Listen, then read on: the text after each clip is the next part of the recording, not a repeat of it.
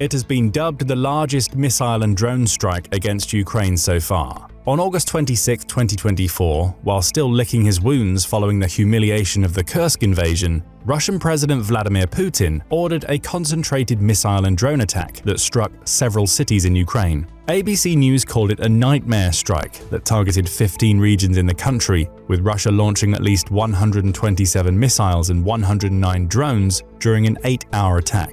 Ukraine's President Volodymyr Zelensky labeled the attack dastardly, while pointing out that Russia was once again using its missiles and drones to hit civilian infrastructure. By the end of the strike, at least 7 people were dead and another 47 injured, with 4 of those 47 being children, according to Ukraine's state emergency service. Still, it could have all been so much worse. The reason it wasn't is that Ukraine was able to defend against this missile and drone attack, not only with the air defense systems it's used since the beginning of Putin's special military operation, but with a weapons platform that Zelensky has long said Ukraine needed. A weapons system that's capable of shooting cruise missiles out of the sky and over time may help to put Ukraine on a more even footing with Russia in the aerial battle. We're talking about the F-16. As well as being the day in which Russia launched its largest missile and drone strike against Ukraine, August 26th also marked the first time that Ukraine used F-16s to fight against Russia. In this video, we're going to provide a full analysis of how Ukraine used its new multi-role fighters, what its plans for the F-16s are likely to be in the future,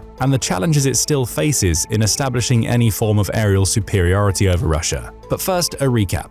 Since the beginning of the war, Zelensky has argued that American-made F-16s could play a huge role in helping Ukraine turn the tide. The planes, he believed, would allow Ukraine to create small pockets of air superiority over Russia's enemy, particularly when used as part of combined ground operations, as Ukraine attempts to seize back territory Russia had snatched from it. But Zelensky was made to wait, and wait. In July 2023, several countries including Norway, Denmark, Belgium and the Netherlands formed a fighter jet coalition through which they pledged to deliver 85 F-16s to Ukraine. That might give you the impression that Ukraine received these fighter jets in 2023, but that wasn't the case. Before those planes could be sent to Ukraine, its pilots needed to undergo an extensive training program to learn how to use them. After all, these are pilots who have traditionally used older Soviet-era platforms, such as the MiG-29, and it would take them months to get up to speed on the F-16. The American multi-role fighter traditionally has a training program that lasts for 18 months. Even with that training being fast-tracked into a 6-month program, it would still be a long time after the coalition commitment was made before the F-16s would arrive in Ukraine.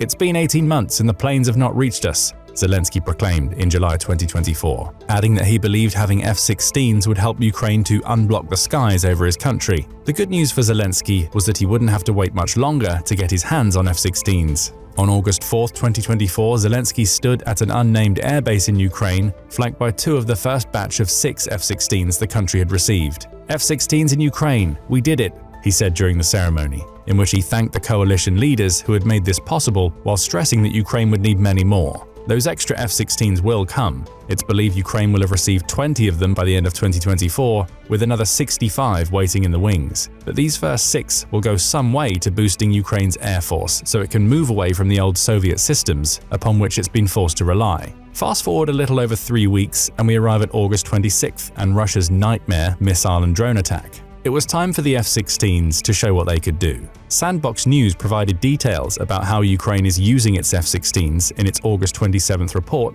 on Russia's missile and drone strike. It noted that of the 127 missiles and 109 drones that Russia sent to Ukraine, the vast majority were intercepted or shot down before they reached their targets. Ultimately, 102 Russian missiles were downed, along with 99 of the 109 drones. Ukrainian anti-air defenses were credited with the majority of these interceptions, but Sandbox claims that reports were coming in that Ukraine had deployed its F-16s for the first time, with those multi-role fighters taking part in a defensive effort that saw them shoot down several cruise missiles that were on their way to Kyiv and other locations. From there, the report became more speculative. Sandbox revealed that it wasn't known how many of its F-16s Ukraine had deployed in this defensive role, or exactly what types of missiles the planes had shot down. It notes that it's very unlikely that the F-16s were used to take out ballistic missiles, such as the Iskander-M, as their flight profiles make them difficult for the F-16 to counter. Instead, Sandbox says, it's much more likely that these F-16s played a part in taking down the bevy of surface and air-launched cruise missiles that Russia threw into Ukraine. It points to the Russian Kh-101 and K-59, both of which it says operates more like tactical aircraft than ballistic missiles when they're in the sky. These missiles are powered by jet engines, similar to those used in older jets, giving them a heat signature for the F-16's missile systems to track. Because of those jet engines, the missiles also fly at lower altitudes and take a more horizontal flight path than ballistic missiles. However, the fact that they top out at speeds of between 600 and 700 miles per hour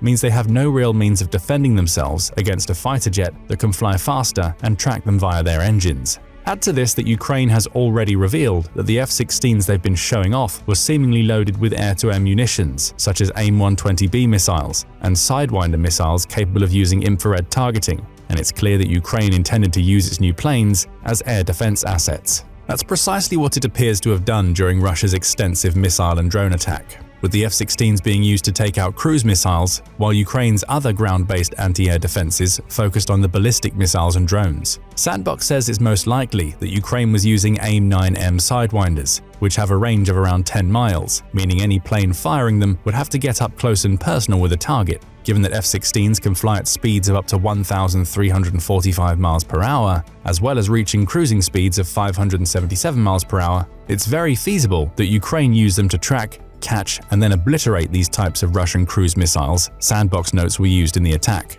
It's even possible, though perhaps unlikely, that Ukraine took advantage of the M61 Vulcan 20mm rotary cannon built into the F-16. These 6-barrel cannons can rattle off an impressive 7,200 rounds per minute, with the caveat being that they're only really effective when the F-16 is within 2,000 feet of its target. They may have been used, though they would have required a pilot to get very close to a cruise missile, creating the risk of a debris cloud upon contact that could damage the F-16. Still, from all of this, we gain some insight into how Ukraine is using its F-16s. This initial batch, at least, appears to be a supplement to the country's aerial defenses. The F-16s weren't deployed on or behind the front lines and have yet to be used by Ukraine in combined efforts with ground-based soldiers. Instead, they're taking out missiles intended for targets on the ground in Ukraine, with their likely focus being to take out cruise missiles that Ukraine's ground-based anti-air systems can't track. A second missile and drone attack, launched just 2 days after the Nightmare attack, offered more insight. Sadly, it also showed just how much risk an F-16 pilot takes whenever they climb into the cockpit. According to a report by the Task and Purpose YouTube channel,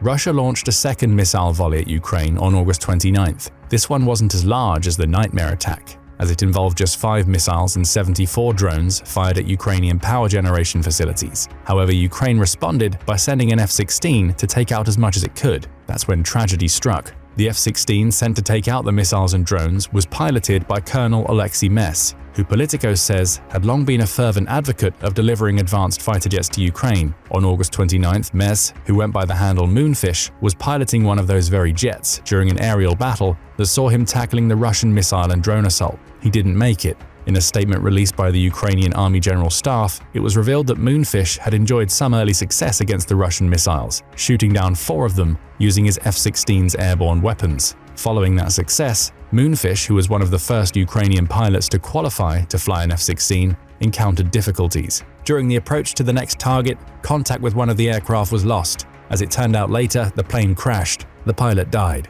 read the statement. Ukraine has yet to confirm if Moonfish was shot down or whether it was issues related to pilot or mechanical errors that led to his F-16 crashing. Whatever the case may be, the sad fact for Ukraine is that it's lost both a good pilot and one of the 6 F-16s it's received in the initial delivery, leaving it with just 5 until the next batch comes along. It was a difficult incident for the country, though it came tinged with a minor success. Moonfish had managed to destroy 3 attack missiles and 1 attack drone before his plane crashed. When combined with the much greater success achieved when dealing with the Nightmare strike that came 2 days prior, it's clear Ukraine is starting to figure out how to use its F-16s to turn the tide of battle against Russia. All of which brings us to a key question. What have we learned so far? Speaking to the Ward Carroll YouTube channel, Professor Justin Bronk, a senior research fellow with the Royal United Services Institute, says that these early engagements show Ukraine is taking a cautious early approach with its F-16s. So far, we're not seeing a huge amount of what the Ukrainians are doing with the F-16,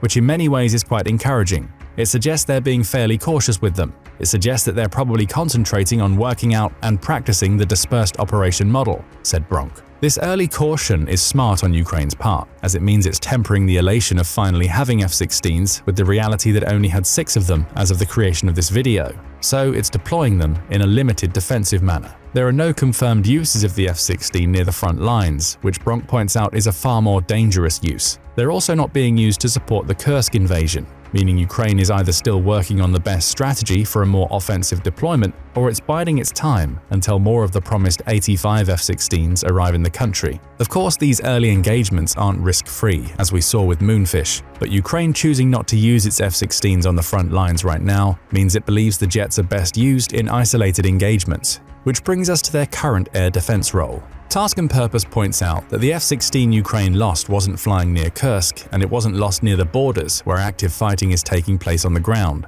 This shows that the early assessments of their usage are correct, with Ukraine preferring to use its F-16s in an air defense role, meaning they will likely play the part of interceptors for the foreseeable future. Interestingly, the same channel also points out a side benefit of this interception strategy. Noting that there are only so many interceptor missiles to go around in Ukraine, Task and Purpose says that F-16s can more easily take out missiles and drones thanks to their advanced sensors, which frees up a lot of the older platforms to tackle riskier missions near the front lines. It sounds counterintuitive, but there's also a logic to this approach. Ukraine's pilots are far more experienced in flying Soviet-era jets that make up the majority of its air force. They know how to get the most out of them, says Task and Purpose, meaning Ukraine can use them to offer close air support to ground troops and conduct harassment missions, while the F-16 patrols the skies over Ukraine, ready to intercept any incoming missiles and drones. This approach also enables some level of training. After all, Ukraine's current F-16 pilots have only undergone around 6 months of training for a platform that usually requires 18 to master. By taking the more cautious approach of using F-16s as missile interceptors, Ukraine's pilots can cut their teeth on less dangerous targets, according to Task and Purpose. Perhaps the strategy is to gain greater familiarity with the platform in the short term, which will enable Ukraine's pilots to use F-16s in riskier frontline missions once the country has received more of its promised stock. That future looks brighter too, thanks to the F-16 opening up a whole new arsenal of weapons for Ukraine to use. Task and Purpose note that having Western jets at its disposal means that Ukraine now has access to the advanced weaponry developed by NATO that it previously was only able to jerry-rig into its Soviet-era jets. The channel points out that Ukraine's jets were forced to use R-60 infrared missiles and R-27 semi-active missiles during the early stages of the war, as those were all that were available, as well as being the only types of missiles the jets could use. Both missiles were developed in the 1980s, making them around 40 years out of date, and they resulted in Ukrainian pilots not having long-range capabilities. Compare that with Russian pilots who are using R-77 active radar missiles, and you see why this is so important. The R-77 has fire-and-forget capabilities, meaning the pilot can pull the trigger on the missile and then move away as the missile tracks its target. Ukraine's missiles required its pilots to keep the noses of their planes pointed at their targets, meaning they couldn't pull away to evade fire. That's all changed with the arrival of the F-16. The jet is capable of firing the AIM-120 AMRAAM missile, which offers both fire-and-forget and beyond visual range capabilities, with many calling it one of the best active radar missiles in the world. It has a range of over 20 miles and can move at supersonic speeds before delivering a blast fragmentation warhead to a target. With missiles like these, Ukraine doesn't just achieve parity with the weapon systems used in Russian jets, it exceeds them. As more F-16s arrive in Ukraine, it's likely that we will see more of the jets making their way to the front lines to more directly engage Russian jets in the skies. That could change the entire complexion of the war, as F-16s could tackle the planes Russia is using to launch glide bombs and take out targets on the ground to enable advances by Ukrainian soldiers. However, that type of strategy is likely being reserved for the future, when Ukraine is more capable of unleashing the full potential of its F-16s. For now, it's going down a more defensive route, which brings us back to Ukraine's current usage of the F-16 as an interceptor. It's been making the jet even more capable of carrying out its role by implementing new defensive systems. Task and Purpose examined the F-16s that were on display during Zelensky's August 4th announcement of their arrival and noticed that they had new pieces of kit installed beyond their missile systems. An examination of the jet's pylons revealed that some of them looked bulkier than they should, with one even looking like it had small vents and a camera lens installed. That's the combination of pylon-integrated dispensing systems and electronic combat integrated pylon systems, Task and Purpose said, adding that they are additional defensive models created to improve the F-16's survivability. With these systems, Ukraine's F-16s can use jammers capable of spoofing the radar signals enemy missiles produce, preventing them from locking onto their fighter jet while it's in the air. The systems are even powerful enough to confuse ground-based anti-air systems, as well as larger aircraft. Add an AAR-60 missile warning system to those pylons, which uses ultraviolet light to detect the exhaust plume an incoming missile produces, and you have extensive defensive capabilities. Those capabilities will prove essential as Ukraine continues to use F-16s in an interception capacity. They'll also prove vital should Ukraine ever send its F-16s into direct combat with Russian fighters on the front lines. By now we're getting a clearer picture of the Ukrainian strategy. It's using F-16s to intercept missiles and drones for now, all while preparing its pilots for a future in which it has more of those aerial platforms available, which may allow it to run more advanced operations closer to the front. Even if that future doesn't come to pass, the use of F-16s may free up Ukraine's Soviet-era aircraft to operate on the front lines in safe knowledge that the F-16s are protecting key Ukrainian military installations. And there's more. Returning to Justin Bronk's conversation with Wade Carroll, Bronk says that Ukraine has been attacking Russian air bases with large missile salvos already. By bringing F-16s into those strikes, Ukraine develops a greater chance for success, which will put more pressure on Russia to evacuate its air bases, relieving pressure on Ukraine in the process. Ukraine can potentially try and blend missile and HIMARS attacks to create this pressure, Bronk claims, which will result in Russia pulling more of its jets further back. Not only does this lower the risk of Russia sending glide bombs and its own jets into Ukraine, but it also creates space for Ukraine's F-16s to operate on the front lines with less risk of encountering Russian fighters. Even if Russia goes down the opposite path and creates layered defenses at its air bases near the front lines, Bronk claims, that will mean offering less defensive capacity to troops and installations that are actually on those front lines. Again, that would create opportunities for Ukraine's F-16s, allowing them to operate at lower risk as they'll face fewer defenses. This creates a win-win situation for Ukraine. Risk is lowered either because Russia is pulling back, which also helps Ukraine's ground troops, or it's lowered because Russia's front-line defenses are sent to its air bases, giving the F-16s more room to operate. Again, this is likely a strategy for the future. Ukraine will need to receive more than the number of F-16s promised to it to make this pressure tell. All of that brings us to the ultimate goal Ukraine wants to achieve with its F-16s, preventing Russia from gaining or retaining air superiority. As faltering as Russia's efforts to gain this superiority have been, given that it's lost 368 planes and 328 helicopters already, it's at least been able to rely on its aerial might from behind the front lines. Glide bombs are launched from bases Ukraine can't reach, for instance, allowing Russia to rain explosives down on Ukrainian targets with little recourse. Brock says the foreseeable future of Ukraine's F-16 strategy is not to gain air superiority, it's to prevent Russia from gaining air superiority. With Brock noting that even with its full fleet of F-16s, Ukraine will still be facing a Russia that has a fleet somewhere in the region of 350 genuinely modern and capable fast jets that are individually at a technical level significantly more capable than the F-16 in most metrics. So Ukraine's goal is to be capable of defending its skies rather than using its F-16s to operate with impunity over the front lines. That's an achievable goal that, if Ukraine realizes it, will relieve the pressure placed on its key military installations and troops on the ground. With his aerial options restricted, Putin will be forced to either waste more of his missiles and drones on strikes, cutting into his already dwindling supplies, or simply send more soldiers into a war that's already cost Russia over 630,000 military personnel. In the end, it's about imposing cost, argues Bronk. That's seen in the Kursk invasion and the long-range missile and drone strikes Ukraine has used against Russian energy facilities and its Black Sea fleet. Ukraine's new F-16s are likely going to become an extension of that strategy. They'll cost Russia valuable missiles, while helping Ukraine simply not lose the war long enough for its other strategies to really add up, to the point where Putin may have to pull out based on cost alone. Still, there's one thing that's being underestimated when it comes to Ukraine's use of the F-16. The impending arrival of the Saab 340 aircraft. In May 2024, Sweden announced that it would donate 2 of its Saab 340s to Ukraine, in a move that flew somewhat under the radar. With all the hubbub about Ukraine receiving F-16s, Task and Purpose suggests that the arrival of these planes could be a real force multiplier. in terms of how Ukraine is able to leverage its F-16s. Why? Because it's a radar aircraft that's capable of spotting incoming threats before the F-16 systems can locate them. An F-16 without being backed up by this type of radar aircraft is like shooting a rifle without an ACOG or Advanced Combat Optical Gunsight scope, says the channel. The Saab 340 will serve as that scope.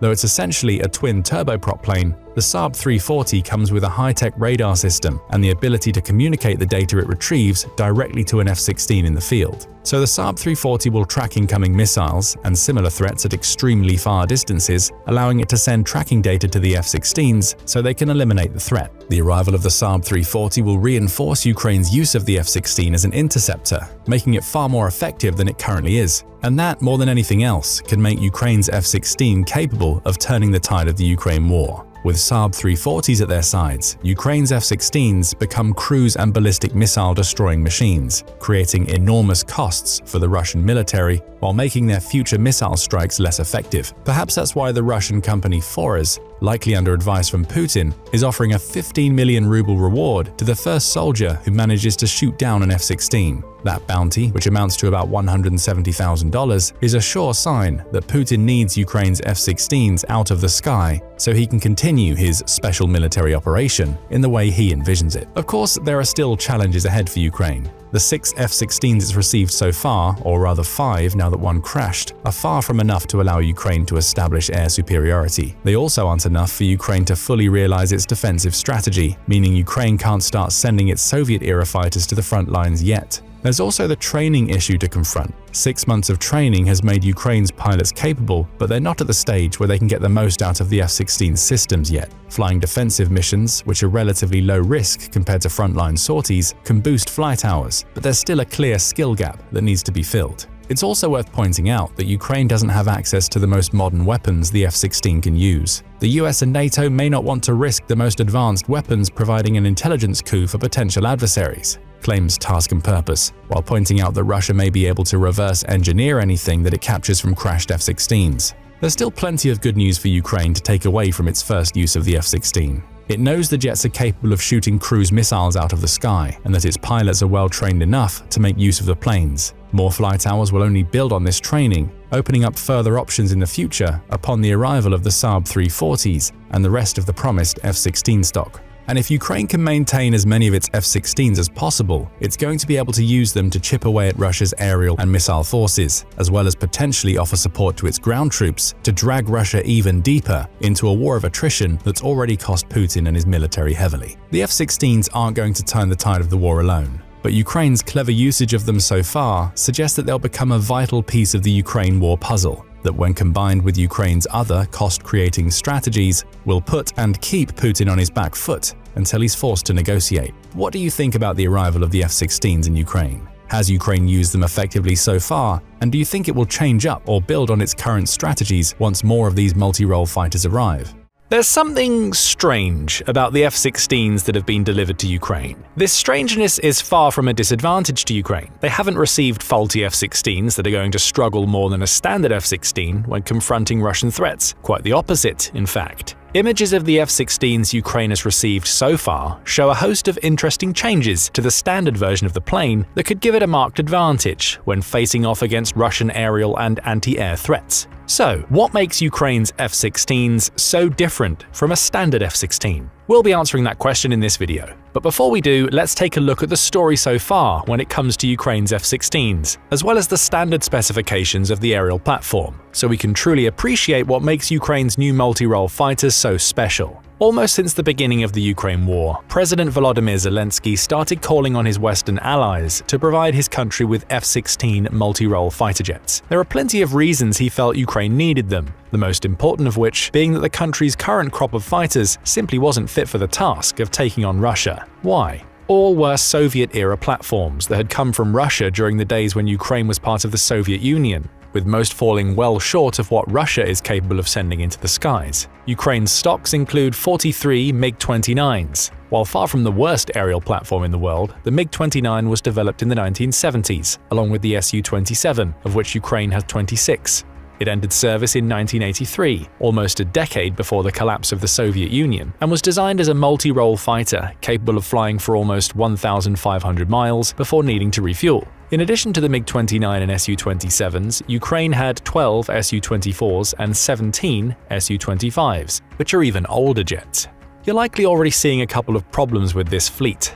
Beyond the age of the flight platforms, which would give them limited survivability, especially if they had already logged a large number of flight hours, Ukraine's Soviet-era jets were made by Russia. That means Moscow would understand precisely what they were capable of, meaning it could create suitable countermeasures to make most of them almost a non-factor in the war. And that's what we've seen so far. Though Russia's attempts to establish aerial dominance have been faltering at best, with the country losing 368 planes so far, according to Ukraine's Ministry of Finance, Ukraine hasn't been able to counter that. It can't. Its platforms are too old and too familiar, meaning they've been relegated to serving an occasional defensive role against the Russian advance. Add to that the size difference between the country's air forces. Ukraine has around 72 fighter jets to Russia's 809, and you have a serious problem for Ukraine. It didn't have the quality of planes it needed, and frankly, couldn't compare to the numbers Russia could bring to bear. That's why Zelensky was so adamant that Ukraine needed the F-16s, which he viewed as being superior to almost anything Russia was fielding, as well as offering the versatility needed for Ukraine to establish pockets of aerial dominance. However, the US, which produces the F-16s, didn't want to send any. In February 2023, Slate published an article in which it explained the reasons why American President Joe Biden was so reluctant to send F-16s, or even approve the sending of these fighters by any other country.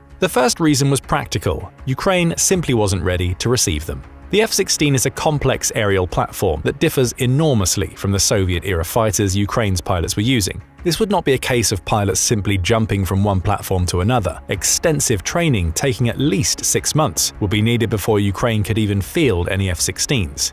Add to this the maintenance issues surrounding the F-16. Their complexity compared to old Soviet platforms means they require almost daily maintenance, with the multi-role fighters' systems being so delicate that they require pristine airfields to function. Ukraine has precious few of these airfields, the US argued, and those it does have could become targets for Russian bombs that would force constant repairs that kept the F-16s out of the sky. Finally, there was the red line issue. Biden was so hesitant to send F-16s to Ukraine because doing so could be a provocation that would push Putin into escalation. The crux of the issue seems to lie with the F-16's range. Being capable of striking a target from 500 miles away could mean that Ukraine would want to use the fighters to attack Russia on its own territory. Putin could consider the mere presence of F-16s in Ukraine as a threat to his country, which could provoke him into launching a wider war against the US or other NATO members. Zelensky presented counterpoints to these arguments. Several red lines have already been crossed, with Putin doing little more than echoing the hollow threats he'd been making since the beginning of the war.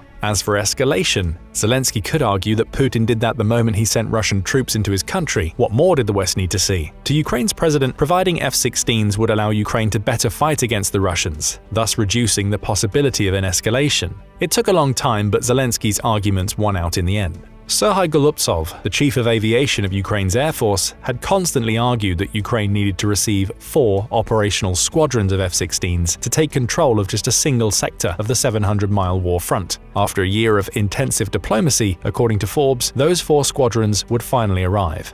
They wouldn't be provided by the US. Sending F-16s into Ukraine was considered too much of a provocation by the White House, but America had permitted its European allies to provide F-16s of their own. Enter Norway, Denmark, Belgium, and the Netherlands, which stepped up to collectively pledge 85 F-16s to Ukraine. Forbes says that this will be enough for Ukraine to sustain its training unit in Romania, which is now using 18 ex-Dutch F-16s to bring its pilots up to snuff, as well as provide 4 squadrons of the multi-role fighters, with each squadron being 16 F-16s strong. Granted, Ukraine wouldn't be receiving all of these F-16s at once. The first 6 arrived in August 2024. With further deliveries to be staggered throughout 2024 and 25. Still, Zelensky had his wish.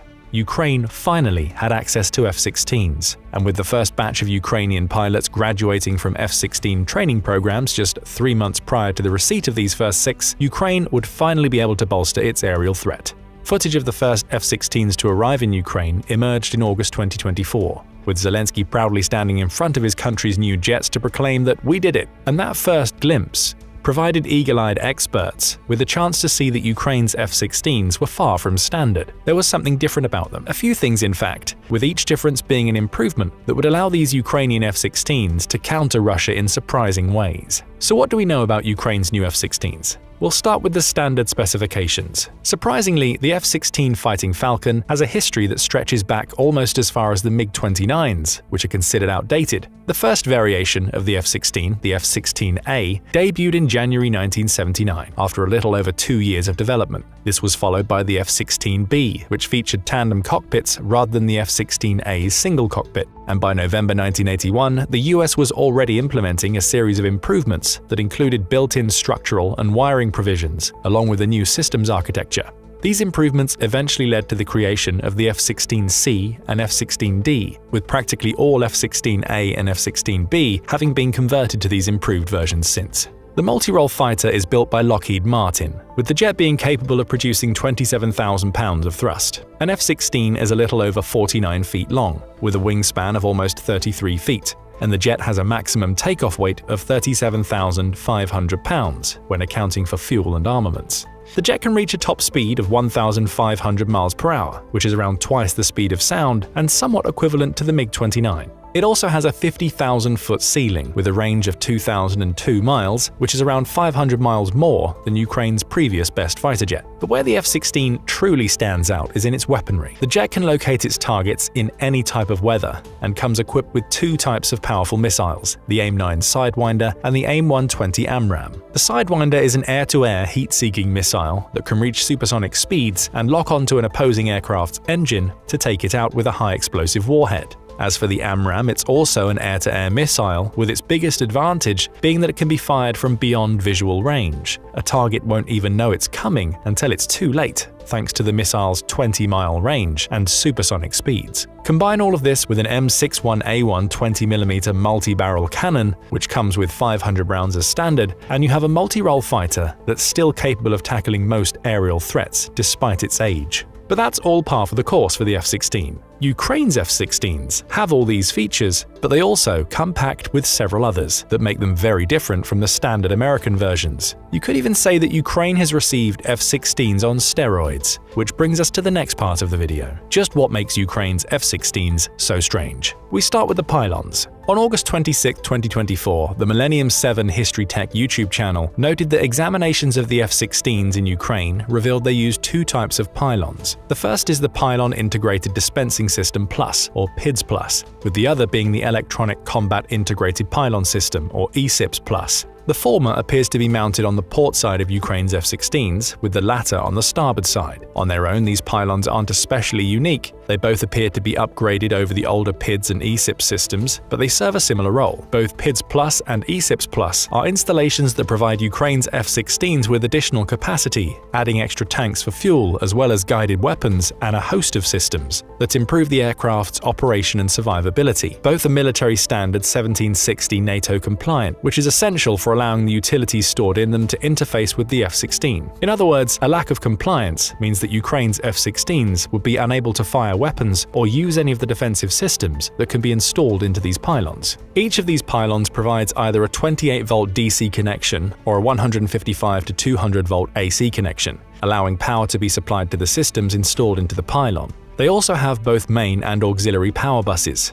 with the latter being essential to keeping the pylon operational if an enemy attack takes out the main power bus. The pylons also feature a military standard 1553 data bus connection, which allows them to exchange data between the F-16's onboard computer and the computers that control the fighter's weapon systems. These pylons alone are not what make Ukraine's F-16s so special. Yes, they're upgrades over the standard PIDS and ECIPS pylons, but it's what's installed in those pylons that's so fascinating. The pods. Millennium 7 points out that the Ukrainian F-16 pylons look different than usual thanks to the presence of a strange pod that isn't included in the jet's standard specifications. This is a self-protection pod created by the Danish company Terma that offers Ukraine's F-16s some very interesting capabilities. Each of these pods can track radio frequency and infrared missile threats, essentially acting as an early warning system for the F-16's pilot. In addition to this tracking, the pods can automatically deploy some of the F-16's countermeasures, such as its infrared flares and chaff,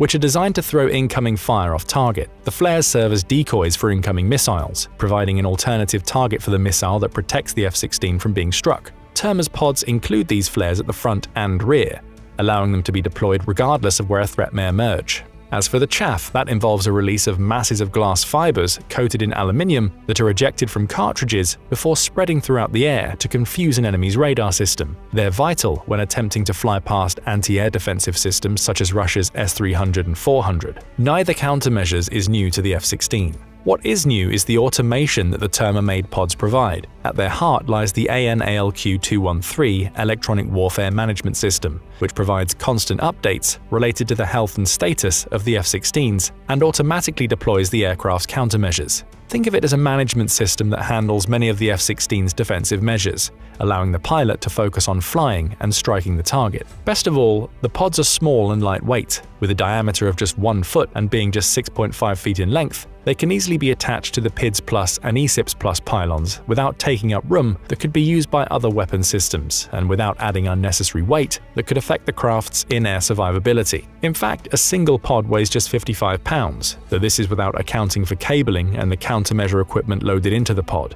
Taken alone, these pods would already be useful additions to the F-16s. They're capable of detecting and diverting incoming threats, enabling safer passage to a target. However, there's something else that Millennium 7 spotted in its examination of Ukraine's F-16s. The AN/AAR-60 missile warning system. Also loaded onto the pylons, the AN/AAR-60 system features 6 sensors, according to Millennium 7, with each one having a 115-degree field of view. The channel notes that there appear to be 3 of these sensors installed on the PIDS Plus pylon of a Ukrainian F-16, with the other 3 on the ESIPS Plus. Collectively, these sensors provide a 360-degree warning system that operates in a full sphere rather than on a 2D plane. The sensors pick up on ultraviolet radiation at frequencies outside solar emissions, meaning they can't be confused by general sunlight and can thus operate in any weather conditions. Why does this matter?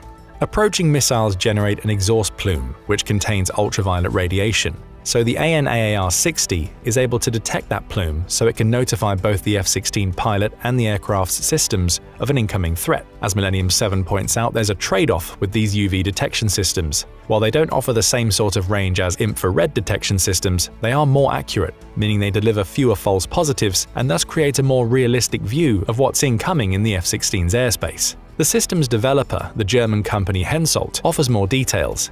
It notes that an estimated 500,000 shoulder-fired surface-to-air, or SAM, missiles exist in the world. Many aircraft losses are the result of these passive missiles, with the AN/AAR-60 having been created to counteract the threat. The Block 2 variant of its AN/AAR-60 system, which is the one that Millennium 7 speculates is present on the Ukrainian F-16s, is durable enough to last for more than 14,000 flight hours, which far exceeds the lifespan of the F-16 frame itself, and is capable of reporting up to 8 threats simultaneously and over 150 threats over the course of its lifespan. The AN/AAR-60 requires no cooling, meaning it can operate constantly, and it weighs just 4.4 pounds, meaning its effect on the F-16's total weight is minuscule. Hensoldt also offers more details about the system's UV detection capabilities. It notes that the Block 2 variant of the system is optimized to detect the radiation signature in the UV solar blind spectral band, allowing it to not only detect incoming missiles, but indicate their direction at the maximum warning time available to the pilot. The sensors also use non-moving parts, which makes them mechanically sound and unlikely to be jarred by standard F-16 operations. That's a big plus for Ukraine. It means minimal maintenance is required. Being installed on the PIDS Plus and ESIPS Plus pylons also means that the AN/AAR-60 is compatible with the other NATO-compliant systems, such as the pods we previously mentioned. So Ukraine's F-16s are more capable of detecting incoming threats than standard F-16s, and due to this compatibility between systems, it appears that Ukraine's F-16s can also use their AN/AAR-60 systems to receive warnings about incoming missiles, with the pods automatically deploying countermeasures when needed. It all adds up to an impressive increase in the survivability of Ukraine's F-16s compared to the American standard versions of the aircraft, and there's even more. In addition to the AN/AAR-60 system, Millennium 7 also identifies a radar jammer built into the Ukrainian F-16 pylons. This is the AN/ALQ-162 jammer, produced by Northrop Grumman and also known as the Shadow Box. Like the pods and AN/AAR-60, the AN/ALQ-162 system is designed to be as compact as possible, again allowing it to be installed without weighing down the F-16 or getting in the way of the aircraft's weapon systems.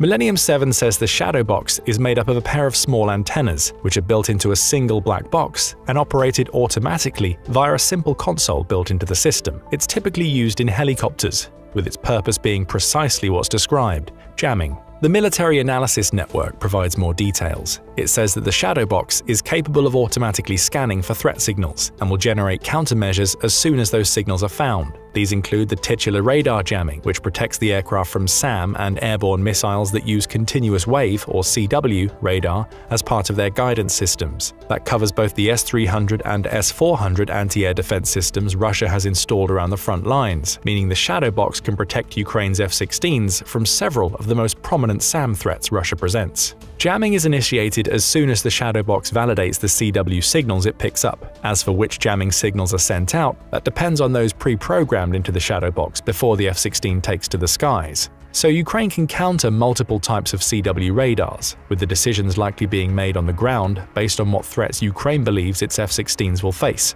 A control panel is located inside the F-16's cockpit that allows the pilot to manually deploy the jamming signal, though the shadow box can also integrate with other defensive systems to allow for automatic jamming based on the threats those systems detect. It all adds up to create a triple threat of defensive systems that aren't available in standard F-16s. With these systems, Ukraine's F-16s are better able to track incoming threats, be they SAM or air-to-air missiles, and can deploy countermeasures ranging from infrared flares and chaff to radar jamming to prevent those missiles from hitting their target. The pilot gets a better view of the entire aerial field and can take on riskier operations, with mitigating systems designed to improve survivability when confronting some of the chief threats that Russia presents. It's an impressive package, truly lending credence to the opinion that Ukraine's F-16s are like standard F-16s only on steroids. But wait, there's more. Along with the addition of these non-standard systems to its F-16s, Ukraine is also collaborating with the United States to bolster the electronic warfare capabilities of its fighter jets.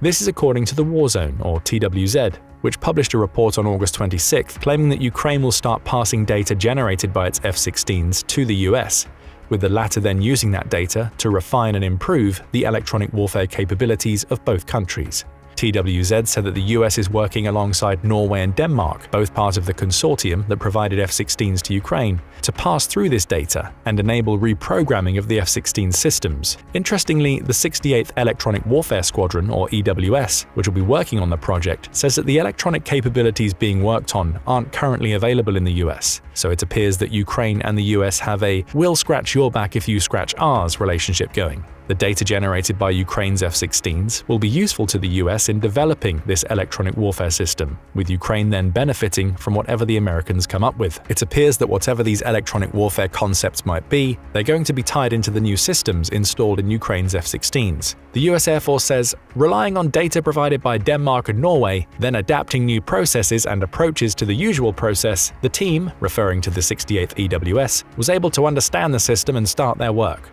If that comment sounds vague to you, it's because the US doesn't want to reveal whatever it's cooking up, likely to prevent Russia from deploying any countermeasures until the new electronic warfare systems are deployed. What is known is that the collaboration is far from the 68th EWS's standard operating procedures. That was revealed by the squadron's director.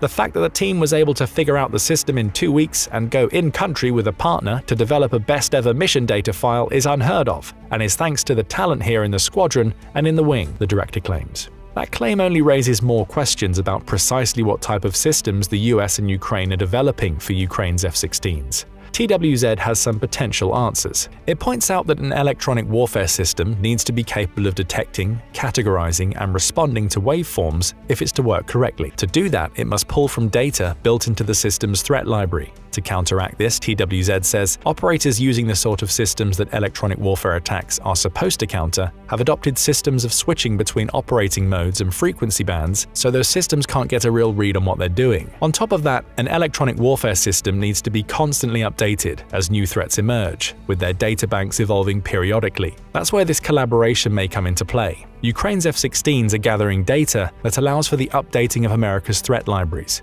But TWZ claims the US military has also been working on ways to automate and accelerate various parts of the reprogramming processes electronic warfare systems undergo. That automation would allow for the pushing out of upgrades far faster. with TWZ speculating that a good system might even be able to upgrade the systems of an aircraft that's already in flight. That is the Holy Grail, according to TWZ, an aircraft with an electronic warfare suite that can update in real time based on the data it's collecting about the enemy's systems. Why would that matter? Retired US Air Force Colonel Craig Arndl provided an anecdotal example in 2023 when speaking to Air Force Times. He brought up the idea of an American F-35 that encounters an SA-20, which is the NATO name for Russia's S-300 anti-air system, to explain the limitations in current electronic warfare suites. We're looking at an SA-20. I know it's an SA-20, Intel says there's an SA-20 there, but now my jet doesn't ID it as such because that SA-20 is operating potentially in a war reserve mode that we haven't seen before. The result is a jet that's unable to use its electronic warfare suite to counteract the threat the SA-20 presents at the time. However, the F-35 can flag the object for troops on the ground, the colonel says, who can update and reload the data into the jet, so it's capable of understanding what it's looking at and how to geolocate the threat. That would be close to the Holy Grail TWZ describes, with the only possible improvement being the elimination of the manual updating and re-uploading process so that the F-35 systems can adapt to the SA-20 in real time. Could that be what Ukraine and the US, along with Denmark and Norway, are working on for the Ukrainian F-16s? Right now, it's too early to tell. What we can say for certain is that Ukraine's F-16s are strange in the sense that they incorporate a variety of defensive systems that aren't seen in standard F-16s. The combination of those systems already improves the aircraft's survivability, but if work is in progress to create the Holy Grail of electronic warfare systems at the same time,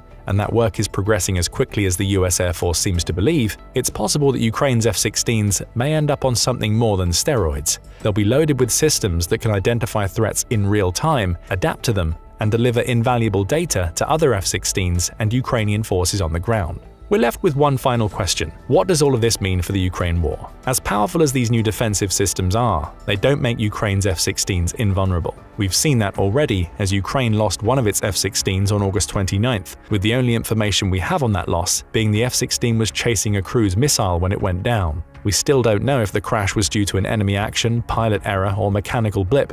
Still, though Ukraine's F-16s are far from invulnerable, the addition of these new systems means the jets now have new ways to counter S-300, S-400, and R-77 missiles, among others, meaning they have become more versatile than any F-16 that's come before. So the F-16 isn't going to be the silver bullet that leads to Ukraine winning the war. Anybody who thinks that's the case hasn't been paying attention to Ukraine's claims that it needs F-16s to create small pockets of aerial domination across the front lines. However, with these new upgrades, Ukraine has F-16s that pack the same offensive punch as always, while being more capable of defending themselves against the weapons Russia is most commonly using to deal with aerial threats. And if the Holy Grail of electronic warfare systems can be added into the mix, we may see Ukraine's souped-up F-16s making massive dents into Putin's war efforts once more of them arrive. But what do you think about the strange F-16s Ukraine has received from its European allies? Are their defensive countermeasures enough to protect them from Russia's anti-air defenses? Or is it a case of adding a few shiny baubles to an aerial platform that's already showing its age? The S-400 air defense system has become a hot commodity on the global stage, hailed as the crown jewel of military hardware. From Algeria's acquisition in 2021 to Belarus beefing up its arsenal in 2022 to counter NATO, and even China securing units to guard the contentious Senkaku Islands and Taiwan from 2018, the S-400's client list reads like a who's who of global powers. India joined the club with a whopping $5.3 billion deal in 2018, undeterred by political sanctions from its ally, the United States. Meanwhile, Turkey, a NATO member, faced real sanctions, trading access to the F-35 program for the Russian defense system.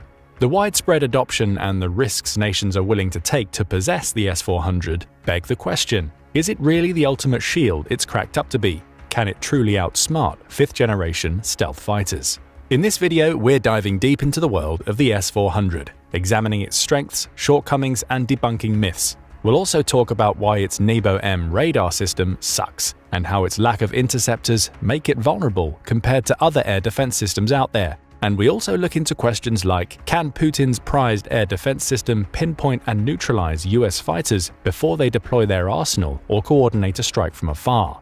Let's see what our military experts have to say. But first, it's origin story time. Russia's S-400 Triumph is an evolution of the Cold War-era S-300 air defense system. It's a mobile system capable of shooting down aircraft, drones, and cruise missiles. It also has a terminal ballistic missile defense capability. According to the Center for Strategic and International Studies, the S-400 has the mission equivalent to the United States' Patriot missile defense system. Born amidst the post-Soviet turmoil of the early 90s, the S-400, a successor to the formidable S-300, emerged not as a reinvention, but as an evolution. With 70 to 80% of its technology rooted in its predecessor, how did Russia enhance this system to meet the modern battlefield's demands? The leap from S-300 to S-400 brought significant advancements, upgraded radars, new missiles extending its reach, and fortified defenses against electronic attacks. But with these improvements, just how much more effective did the S-400 become? Introduced in 2007, boasting a range of up to 400 kilometers and the capability to engage 80 targets at once, the S-400 represents a leap in defensive technology. Each battalion's 8 launchers, equipped to fire 4 missiles each, stand ready to challenge the skies. But that's not all. The S-400's primary weapon system is the 48N6 missile series, which has a 250-kilometer range and can intercept incoming ballistic missiles across a radius of 60 kilometers. Reportedly, these missiles are capable of intercepting hypersonic projectiles up to a speed of Mach 8, flying at the edge of its range. Intercepts of targets flying at speeds over Mach 14 have also been reported. 2 additional missiles are supposedly under development for the S-400 launcher. The first is the 77N6. Unlike the other 2, this missile uses hit-to-kill technology equivalent to the Patriot's PAC-3. Such technology provides a particular advantage in a nuclear missile defense role, as the lack of a detonation would limit radioactive fallout. The 77N6 was in testing as of July 2021 and was supposed to enter service in 2022. The same missile was also meant to be available for Russia's newer S-500 system. However, both this missile and the S-500 appear to be behind schedule, perhaps unsurprisingly. The third missile supposedly in the S-400's arsenal is the 40N6. This projectile is supposed to bring the S-400's range up to 400 kilometers. In July 2023, it reportedly completed new tests. In November, the Russian Ministry of Defense announced that it would be producing at least 1,000 of these missiles in 3 years, though sanctions make this production rate questionable. The experts at CSIS are also skeptical that the S-400's radar capacity will allow the 40N6 to operate at its purported range. The S-400 is one of the key pieces of military infrastructure for the heavily fortified Russian enclave of Kaliningrad on the Baltic coastline. In addition to territorial defense, the Russian strategy for its deployment there has been to use it as an anti-access area denial system to disrupt the movement of NATO forces should a confrontation arise. The S-400 also saw service with Russian troops deployed in Syria, and it's a key aspect of Russia's strategy to defend Crimea. On February 25, 2022, the day after the invasion, the S-400 got its first confirmed combat kill when it shot down a Ukrainian Su-27 fighter jet operating around the country's capital of Kyiv. The kill of the plane, piloted by Colonel Alexander Oksenchenko, who was well known on the airshow circuit, was reportedly the longest-range downing of an aircraft on record. The S-400 continued to prove its worth in early March 2022, when it shot down 4 more Ukrainian Su-27s on the 5th of that month. Aside from its purported long-range and high-altitude defense, the S-400 is also capable of being used in offensive roles. In January 2023, Russia used the air defense system as part of a missile attack on Kyiv, with the staging point being Bryansk Oblast within Russian territory. Debris recovered after the attack by Ukrainian forces confirmed that the missile in question came from the S-400. So in the S-400, Russia has a formidable defensive and potentially offensive system, but just how good is it, really? Unfortunately for the S-400, the results in real-world, non-biased tests seem to indicate that it doesn't quite live up to the hype the Russians have built for it. At this point, we're not exactly surprised. Given Putin's track record of overhyping his weapons' capabilities in the past, perhaps skepticism was warranted all along. So what exactly falls short in the S-400's capabilities? Perhaps the best example came from the Turks. In December 2021, only a few years after it purchased the S-400 in the face of American sanctions, Ankara announced it would be going full throttle in developing a domestic air defense system to replace the Russian import. This is because Turkey actually accused Russia of fraud in the advertising of its S-400. These accusations came through the results of a series of tests in early 2020, where the S-400 was put up against drones and F-16 fighter jets. The Turks found that although their S-400 systems could indeed track targets up to 400 kilometers away, the said targets needed to be at an altitude of at least 20 kilometers for the air defense to work at the range it was advertised for. If the target drops below 5 kilometers, the efficiency drops enough to allow enemies to attack the S-400's position. The detection efficiency at such low altitudes, the Turks claim, drops between 30 and 40%. When the target drops to an altitude of 1 kilometer, the S-400's effective detection range goes down to a distance between 70 to 180 kilometers, depending on the terrain. Below 1 kilometer, the range drops enormously to only a few kilometers. In other words, the S-400's range is highly dependent on terrain, weather conditions, and the altitude of a target. The Turks say that low-altitude missiles and loitering munitions are therefore highly effective against the S-400. This sounds pleasing to the ears, but there is a problem with the assessment, and we will look into that in a bit.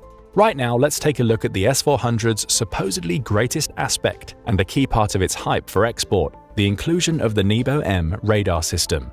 Is it all it's cracked up to be? Here's how it works. This radar uses a pair of low-frequency arrays in the VHF and L bands. Supposedly, such low-frequency radar bands enhance the S-400's ability to detect stealth aircraft like the F-22 and F-35. These planes are specifically designed to be less detectable to high-frequency radar bands because these are the bands which enable missiles to hit their targets. In contrast, lower-frequency radar bands such as the VHF and L bands are better able to detect stealth aircraft from a long distance, and they are not designed to be stealthy against these frequencies in the same way. At first glance, the S-400 system is well equipped to handle this mission. A 2014 study done by Konstantinos Zakidis of the Hellenic Air Force seemed to reveal that the Nebo-M radar was capable of detecting the F-117 Nighthawk 250 kilometers away and could still detect it at a range of 72 kilometers even when under attack from enemy electronic warfare efforts such as jamming. This seemed to suggest that the S-400 would indeed be effective against stealth aircraft and capable of shooting them down. However, there are several problems with this item of hype. First, the F-117 was retired from active service in the late 2000s, so it was a poor choice to use as an example. Second, the F-22 and F-35 are far less detectable than the F-117, with radar cross-sections between 2 and 30 times smaller. Most importantly, being able to detect a stealth aircraft is not the same thing as being able to shoot it down. Detection with a low-band radar in the VHF and L bands will not by itself allow the S-400 to shoot down an incoming F-22 or F-35 because this is not sufficient for it to get a lock with one of its missiles. Only detection at higher frequencies can successfully guide a missile home. To get around this problem, the two low-frequency bands are designed to share their data with the third band in the S-400, the high-frequency Gamma S1 array, which broadcasts in the X and S bands. These can guide a missile to its target. In essence, the two low-frequency bands first track the incoming fighter, and then the high-frequency array is capable of using that data to shoot it down, or so the Russians say. In a contest between the S-400 and America's stealth aircraft, the outcome comes down to a simple question.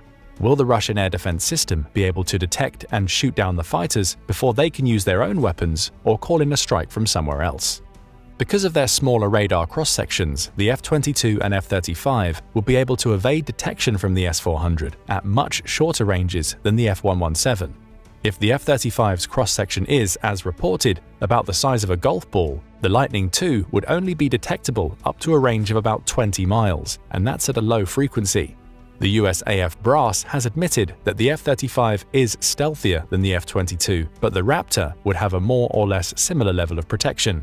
These two fighters would therefore almost certainly be in a position to destroy the S-400 with a long-range air-to-surface missile before they can be detected, much less threatened with a surface-to-air missile like the 48N6.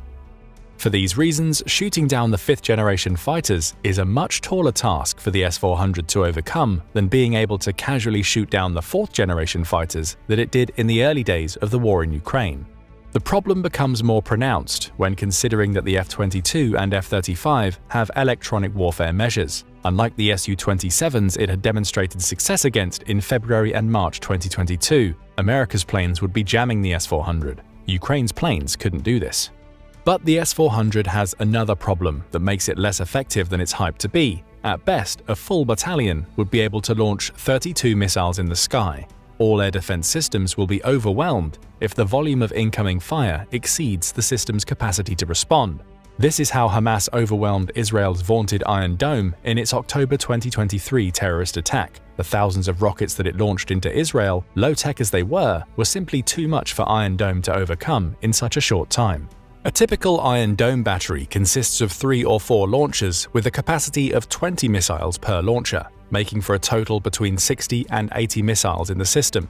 Its high capacity is one of the reasons it's proven so effective in countering projectiles that threaten Israeli population centers. The American-Norwegian NASAMS is another air defense system with a high payload capacity. A typical NASAMS-2 battery consists of 12 launchers, each of which has 6 missiles apiece, meaning that it can have 76 interceptors on standby.